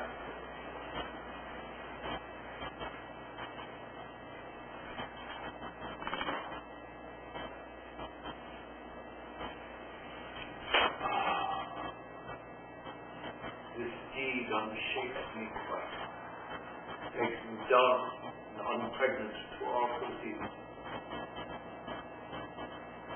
A deflowered maid, by an eminent body that has enforced the law against it. But that her tender shame will not proclaim against her maiden loss. How might she come me? Reason dares her no. For my authority is of credence bulk, that no particular scandal once can touch, but it confounds the breeder. He should have lived.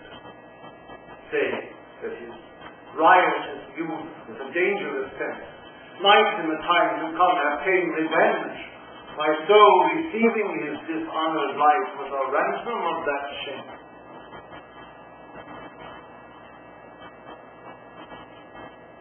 Would yet that he had lived.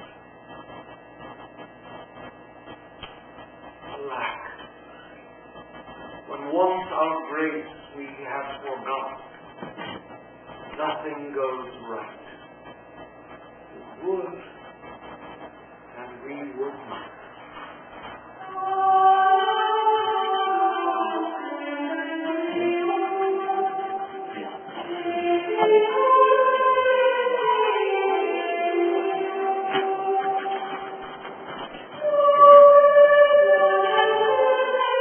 These letters at this time deliver me. The provost knows our purpose and our plot. The matter being afoot, keep thy instructions. Hold you ever for a special drift. For sometimes you do blank from this to that to cause self-manifest.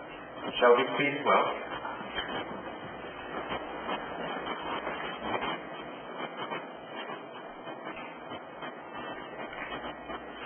Speak so indirectly, I loathe. I would say the truth. But to accuse him, sir, that is your part. And I am advised to do it in such a veiled for purpose. Be ruled by him. Perhaps he tells me that if her adversary speak against me on the adverse side, I should not think it strange, for 'tis a physic that's bitter to sweet end. I would try to come her. Come. I found her a dead most sick where you should have such vengeance that you shall not pass them. Twice as the trumpet sounded, the generous and great citizens of head the gate and very near upon the Duke of entering. Therefore, hence away.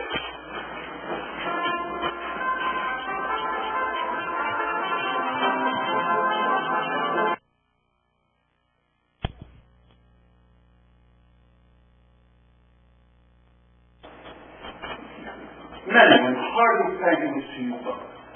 We have made inquiry of him. Here's such goodness of your justice that our souls cannot but yield ye forth to public thanks for running over. You will make my bond still greater. So yours deserves to be loud. And I should wrong it to lock it in wars with covert bosom when it deserves what characters of brass, a forted resident against the tooth of time and rager of oblivion.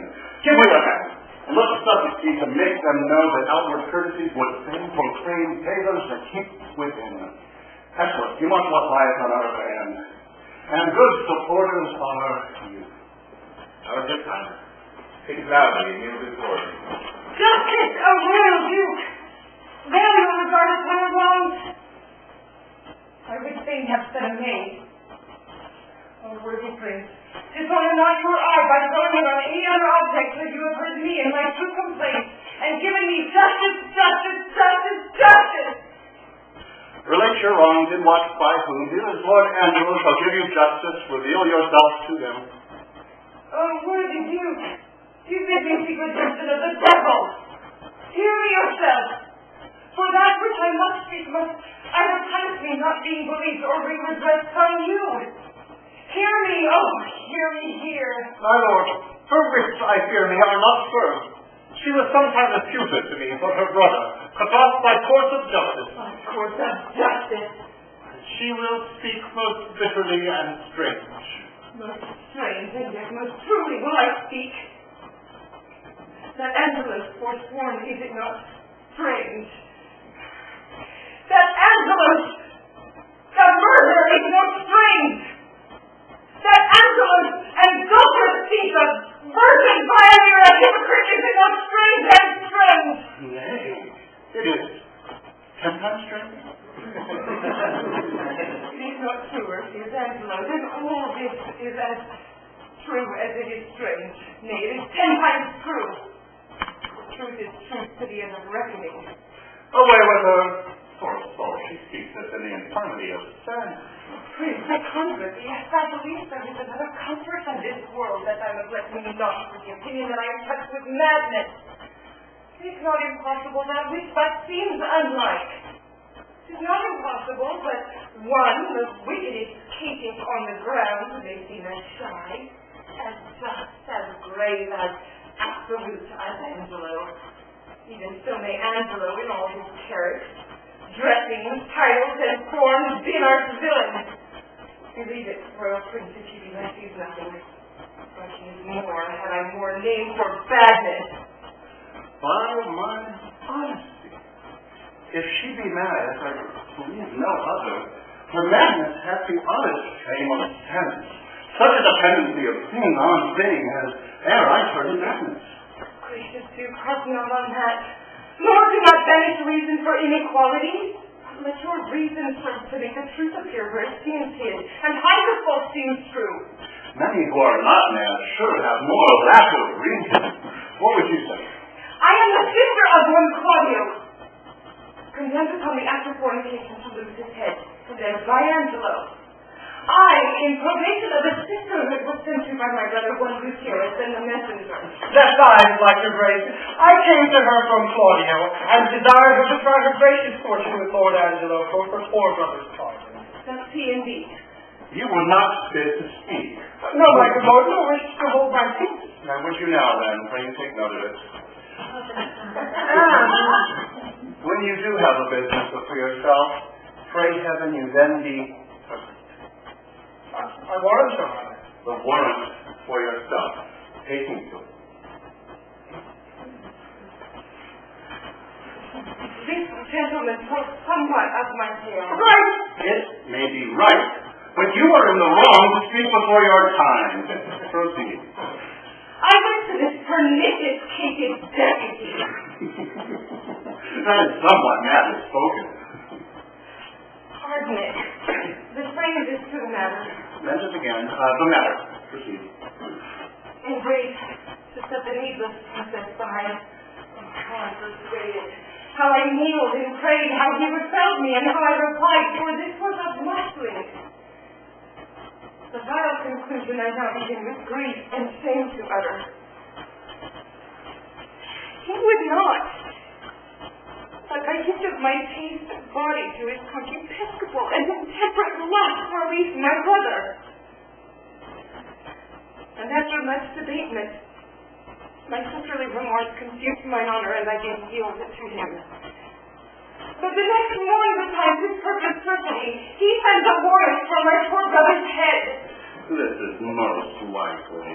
Oh, Denver is like as it is true. Oh, by heaven, John, rest, I must know what else see. Or else thou art to warn against his honor and hateful practice. Well, first, his integrity stands without blemish. Next, it imports no reason that with such vehemency he should pursue false proper to himself. If he is so offended, he would have waived thy brother himself and would not have cut him off. Now, someone has set you on. Confess the truth and say by whose advice thou camest here to complain. And is this all? Then how you blessed ministers of our TV and patience, and with ripened time unfold the evil which is here not just in countenance. Heaven shield your grace from woe, as I that wrong hence unbelieved go.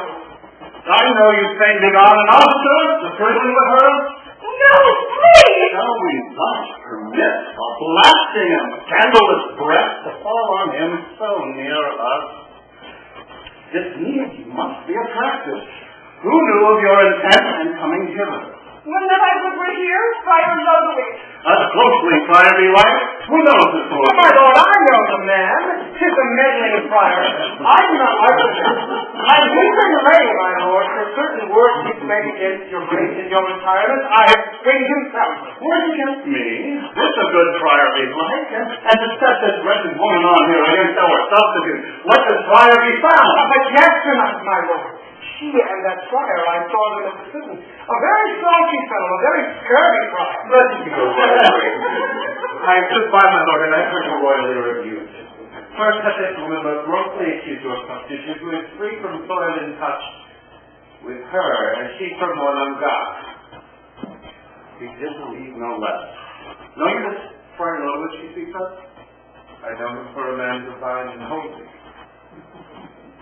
Not scurvy and a temporary measure as reported by this gentleman. And on my part, the man that never yet did misreport your grace. My lord, most villainously, believe me. Well, he in time may come to clear himself. But at this instant he is sick, my lord, of a strange fever. At his mere request being come to knowledge there was complaint intended against Lord Angelo, came I hither to seek what from his mouth what he doth know is true and false. And what he with his oaths is all probation will make us full clear whensoever he convented. First, for this woman most wrongfully accused this nobleman, most personally and vulgarly accused. She shall you hear disprove to her own eyes, so she herself confesses. Good friar, let's hear it. She's not smiling at Lord Angelo? Oh, by heavens, the vanity of wretched fool! Give us some seats, some Angelo. In this I will be impartial. Be you judge of your own cause. Okay, just the witness right. First, show your face and speak after. Pardon, my lord. I will not shew my face until my husband bid me. Are you a wife? No, my lord. Are you a maid? No, my lord. Oh, well then. Neither, my lord. Why, you are nothing then, neither maid, widow, nor wife. My lord, she may be a punk, for many of them are neither maid, widow, nor wife. Silence, that fellow. That's one cause of trial for himself. Yes, my lord. My good lord, I do confess I never was married, and I confess besides I am no maid. I have known my husband. Yet my husband knows not that he ever knew me. He was drunk then, my lord. It can be no better. Well, the benefit of silence, would thou work so too? Well, my lord.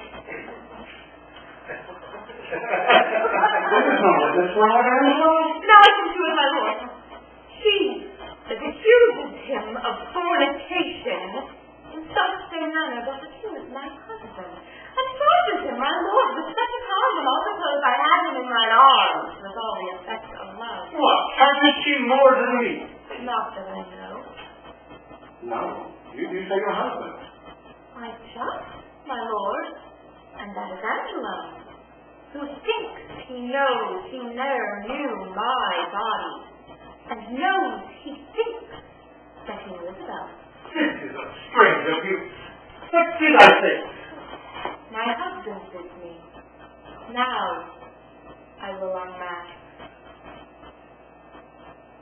This is that face, thou cruel Angelo, which once thou sworest was worth the looking on.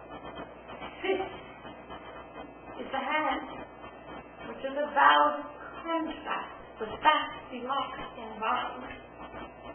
This is the body that took away the match from Isabel and did supply thee at thy garden house in her imagined person. Know you this woman? Heartily she fares. No more! My lord, I must confess I know this woman. And 5 years since, there was some speech of marriage betwixt myself and her, which was broke off, in part for that her promised proportions in chosen composition, but in chief for that her reputation was disvalued in levity. Since which time of 5 years, my lord, I never saw her, spake with her, nor heard from her, upon my faith and honor. Noble prince, as there comes light from heaven and words from breath, as there is sense in truth and truth in virtue, I am affianced, this man's wife, as strongly as words can make up vows. And by the Lord, but Tuesday night, last gone in his garden house, he knew me as a wife. As this is true, let me in safety raise me from my knees, or else forever be confixed here a marble monument. My lord, I did but smile till now. Now, my lord, give me the soap of justice. This touches my patience. But I perceive these poor informal women are but instruments of some mightier member that sets them on. Give me way, my lord, to find this practice out, I, with my heart, and punish them to your height of pleasure. Thou foolish friar, thou malicious woman, compact with her that's gone, think thou thy oaths, though they would swear us down, each particular saint were testimonies against his worth and credit as sealed in approbation. You, Lord Escalus, it was my cousin, lend him your kind things to find out this abuse, whence 'tis derived. There is another friar set these on. Let him be sent for. Would he were here, my lord, for he indeed has sent a woman to this complaint. Your provost knows the place where you reside, and he may fetch him for you. Go, do it instantly. And you, my noble and well-warranted cousin, when it concerns to hear this matter for us, do with your injuries as seems you best in any chastisement. I for a while will leave you, but spare not you till you have well determined on these slanders. My lord will do it thoroughly. Signor Lucio, Does not you say you knew that Friar Lois to be a dishonest person? Procurus non facit monachum, honest in nothing but in his clothing, and one that hath spoke most villainous speeches of the Duke. We shall entreat you to abide here till he come and enforce them against him. We shall find this friar a notable fellow. There's any in Vienna, on my word. Call that same Isabel here once again. I would speak with her. Pray you, my lord, give me leave to question. You shall see how I'll handle it. Not better than he by her own report. Say you? Mary, I think perhaps you should handle her privately, but publicly she'll be ashamed. I will go darkly to work with her. That's the way, for women are light at midnight. Come on, mistress. Here's a gentlewoman denies all that you have said. Here's the rest that I spoke of. Here is the prologue. In very good time. Speak not you to him till we call upon you. Come, sir, did you set these women on to slander Lord Angelo? They have confessed you did. It's false. How? Know you where you are? Respect to your great place. And let the devil be sometime honored for his firm throne. Where is the Duke? Since he should hear me speak. The Duke's in us, and we will hear you speak. Look, you speak justly. Boldly, at least. But oh, poor soul, come you to seek the lamb here of the fox? Nothing already right. Is the Duke gone? Then is your cause gone too? Oh, the Duke's unjust to thus retort your manifest appeal and put your trial in the villain's mouth and do your deed to accuse? This is the rest. This is the I spoke of. Why thou unreverend and a hallowed pride? It's not enough. Thou hast suborned these women to accuse this worthy man. But in foul mouth and in the witness of his proper ears, call him villain. And then to glance from him to the Duke himself, to tax him with injustice. Take him in, to the rack with him. We'll tally you joint by joint, but we will know his purpose. What? Unjust? Be not so hard. The Duke dare no more stretch this finger of mine than he dare rack his own. The subject I am not, nor fear provincial. My business in this state made me a looker-on here in Vienna, where I have seen corruption boil and bubble till it overrun the stew. Laws for all faults, but faults so countless that they stand like the statues in a barber shop, as much in much as much. Slam into the state! Away with him, Grim! What say you about against him, Signor Lucio? Is this the man who told us? 'Tis he, my lord.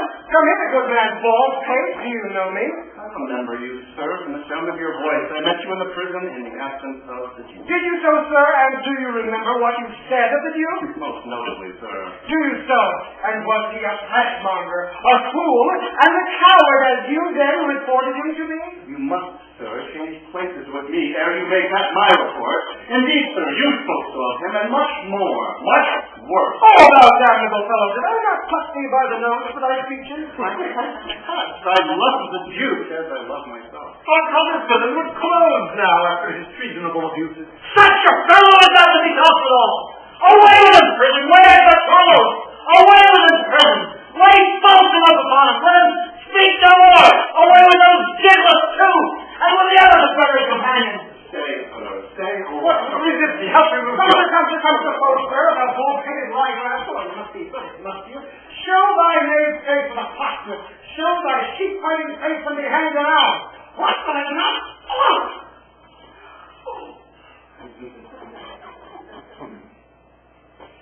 Thou art the first knave that e'er made such use. First provost, I'll bail these gentle creatures. Oh, speak not of it, sir. For the friar in you must have a word anon. Play alone. This may prove worse than hanging. What you have spoke, I pardon. Sit you down.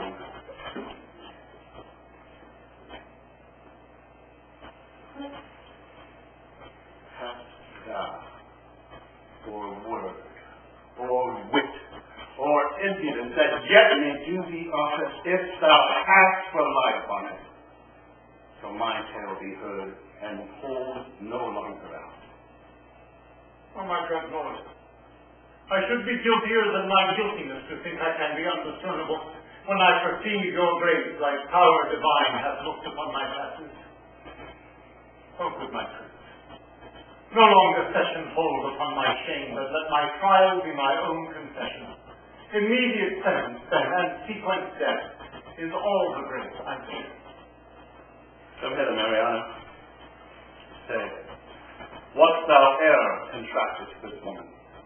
I was, my lord. Go, take her hence and marry her instantly. You do the office prior, which consummate, return him here again. Go with him, brother. My lord, I am more amazed at his dishonor than at the strangeness of it. Come hither, Isabel. Your friar is now your prince. As I was then, advertising and wholly to your business, not changing heart with habit, I am still returning at your service. Give me pardon that I, your vessel, have employed and paid your unknown sovereignty. You are pardoned, Isabel. And now, dear maid, be you free to us. Your brother's death, I know, sits at your heart. And you may marvel why I obscured myself, laboring to save his life, rather than make rash remonstrance of my hidden power than let him be so long. Oh, most kind maid, it was the swift celerity of his death, which I did think with slower foot came on, that strained my purpose. But peace be with him. That life is better life past fearing death than that which lives to fear. And make it your comfort, so happy is your brother. I do, my lord. For this new married man approaching here, whose false imagination yet hath wronged your well-defended honor, you must pardon for Mariana's sake. But if he adjudged your brother being criminal in double violation of sacred chastity and promise breach, thereon dependent for your brother's life, the very mercy of the law cries out most audible even from his proper tongue. And Angelo for Claudio. Death for death. Haste still pays haste, and letter answers letter. Like doth with like, and measure still for measure. Thus Angelo, thy fault doth manifested, which though thou wouldst deny, denies thee vantage. I do condemn thee to the very spot where Claudio stooped to death, and with like haste. Now wait a minute. Oh, my most gracious lord, I hope you will not mock me with the husband. Did your husband mock you with a husband? Consenting to the safeguard of your honor, I thought your marriage fit. Else imputation for that he knew you might reproach your life and choke your good to come. For his possessions, although by computation they are ours, we do instate and widow you withal to buy you a better husband. Oh, my dear lord, I crave no other, nor no better man. Never crave him. We are definitive. You do but lose your labor. Away with him for death. And now, sir, to you. Oh, my good lord, sweet Isabel, lend me your knees, and all my life to come I'll lend you all my life to do you service. Just what sense do you importune her? If she should kneel down to the mercy of this fact, her brother, his hated bed would break and take her hence in horror. Sweet Isabel, you yet set kneel by me. Hold up your hand, say nothing, I'll speak all. They say best men are molded out of fault, and for the most become much more the better for being a little bad. So may my husband. Oh, Isabel, will you not lend a knee? He dies for Claudio's death.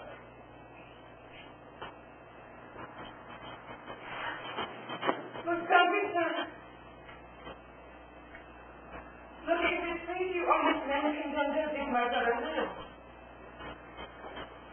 I partly think a due sincerity governs his deeds, so he did look on me. If it is so, let him not die. My purpose had the justice of that he did the things for which he died. For Angelo, he is acted on, or I think his bad intent and must be buried, but as an intent that perished by the way, us are no subjects. Intent but merely thought. Merely, my lord.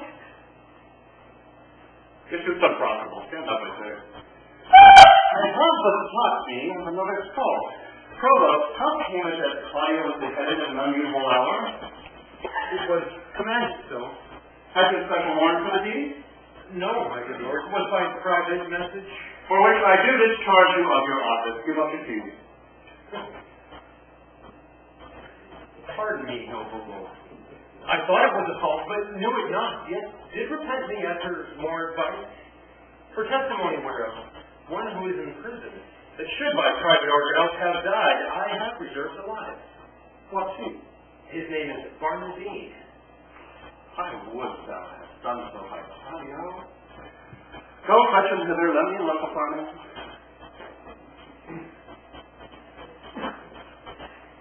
I am sorry one so learned and so wise as you, Lord Angelo, have still appeared, should slip so grossly, both in the heat of blood and lack of tempered judgment afterwards. I am sorry that such sorrow I procure. Indeed, so deep fixed in my penitent heart that I crave death more willingly than mercy.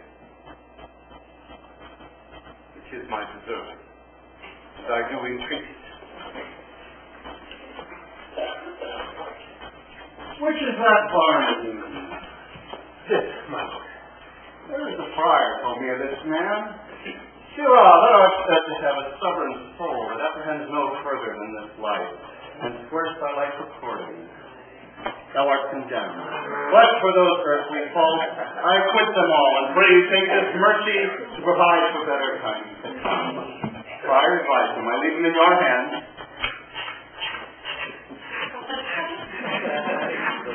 What muffled fellow is that? This is another prisoner that I take, who should have died when Claudio lost his head. As elected Claudio almost as himself.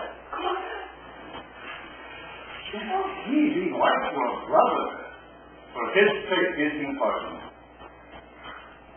And for your lovely sake, give me your hand and say you'll be mine. He is my brother too. What better time for that? By this, Angelo perceives he's safe. He thinks that he is quickening and dying. But Angelo, your evil quits you well. Look, you love your wife. Her worth yours. I find an apt remission in my sight. And yet, here is one in place I cannot pardon. You Sirrah that knew me for a fool, a coward, one all of luxury, an ass, a madman. Wherein have I so deserved of you that you would so need thus? Yes, my lord, I spoke but according to the trick. If you will hang me, you may, but I would rather it would please you I might be whipped. Whipped. And then hanged. Proclaim it round about the town if any woman wronged by this loose fellow, as I have heard him swear himself there is one he begot with child, let her appear and he shall marry her. The nuptial finished, let him be whipped and hanged. I bless your heart! Do not marry me to a horse. Even now I made you a duke. My good lord, do not recompense me by making me a constable. By mine honor, you will marry her. By slanders I forgive, and therewithal remit thy other forfeits. Take him away to prison, and see our pleasure herein execute. My good lord, marrying me to a punk is pressing to death, whipping, and hanging. Flattering a prince deserves it.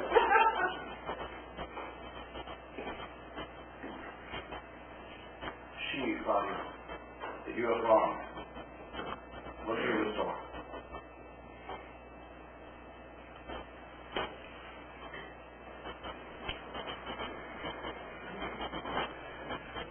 Joy to you, Mariana. Angelo, love thy wife. I have confessed her, and I know her virtue. Many thanks to our good friend Augustus for thy much good. There is more behind that is more gracious.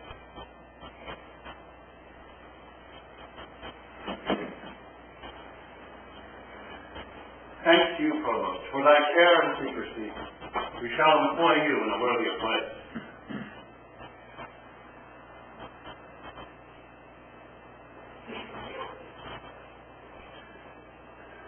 Dear Isabel, I have a motion working towards your good, wherein, if your willing ear incline, what is mine is yours, and what is yours is mine.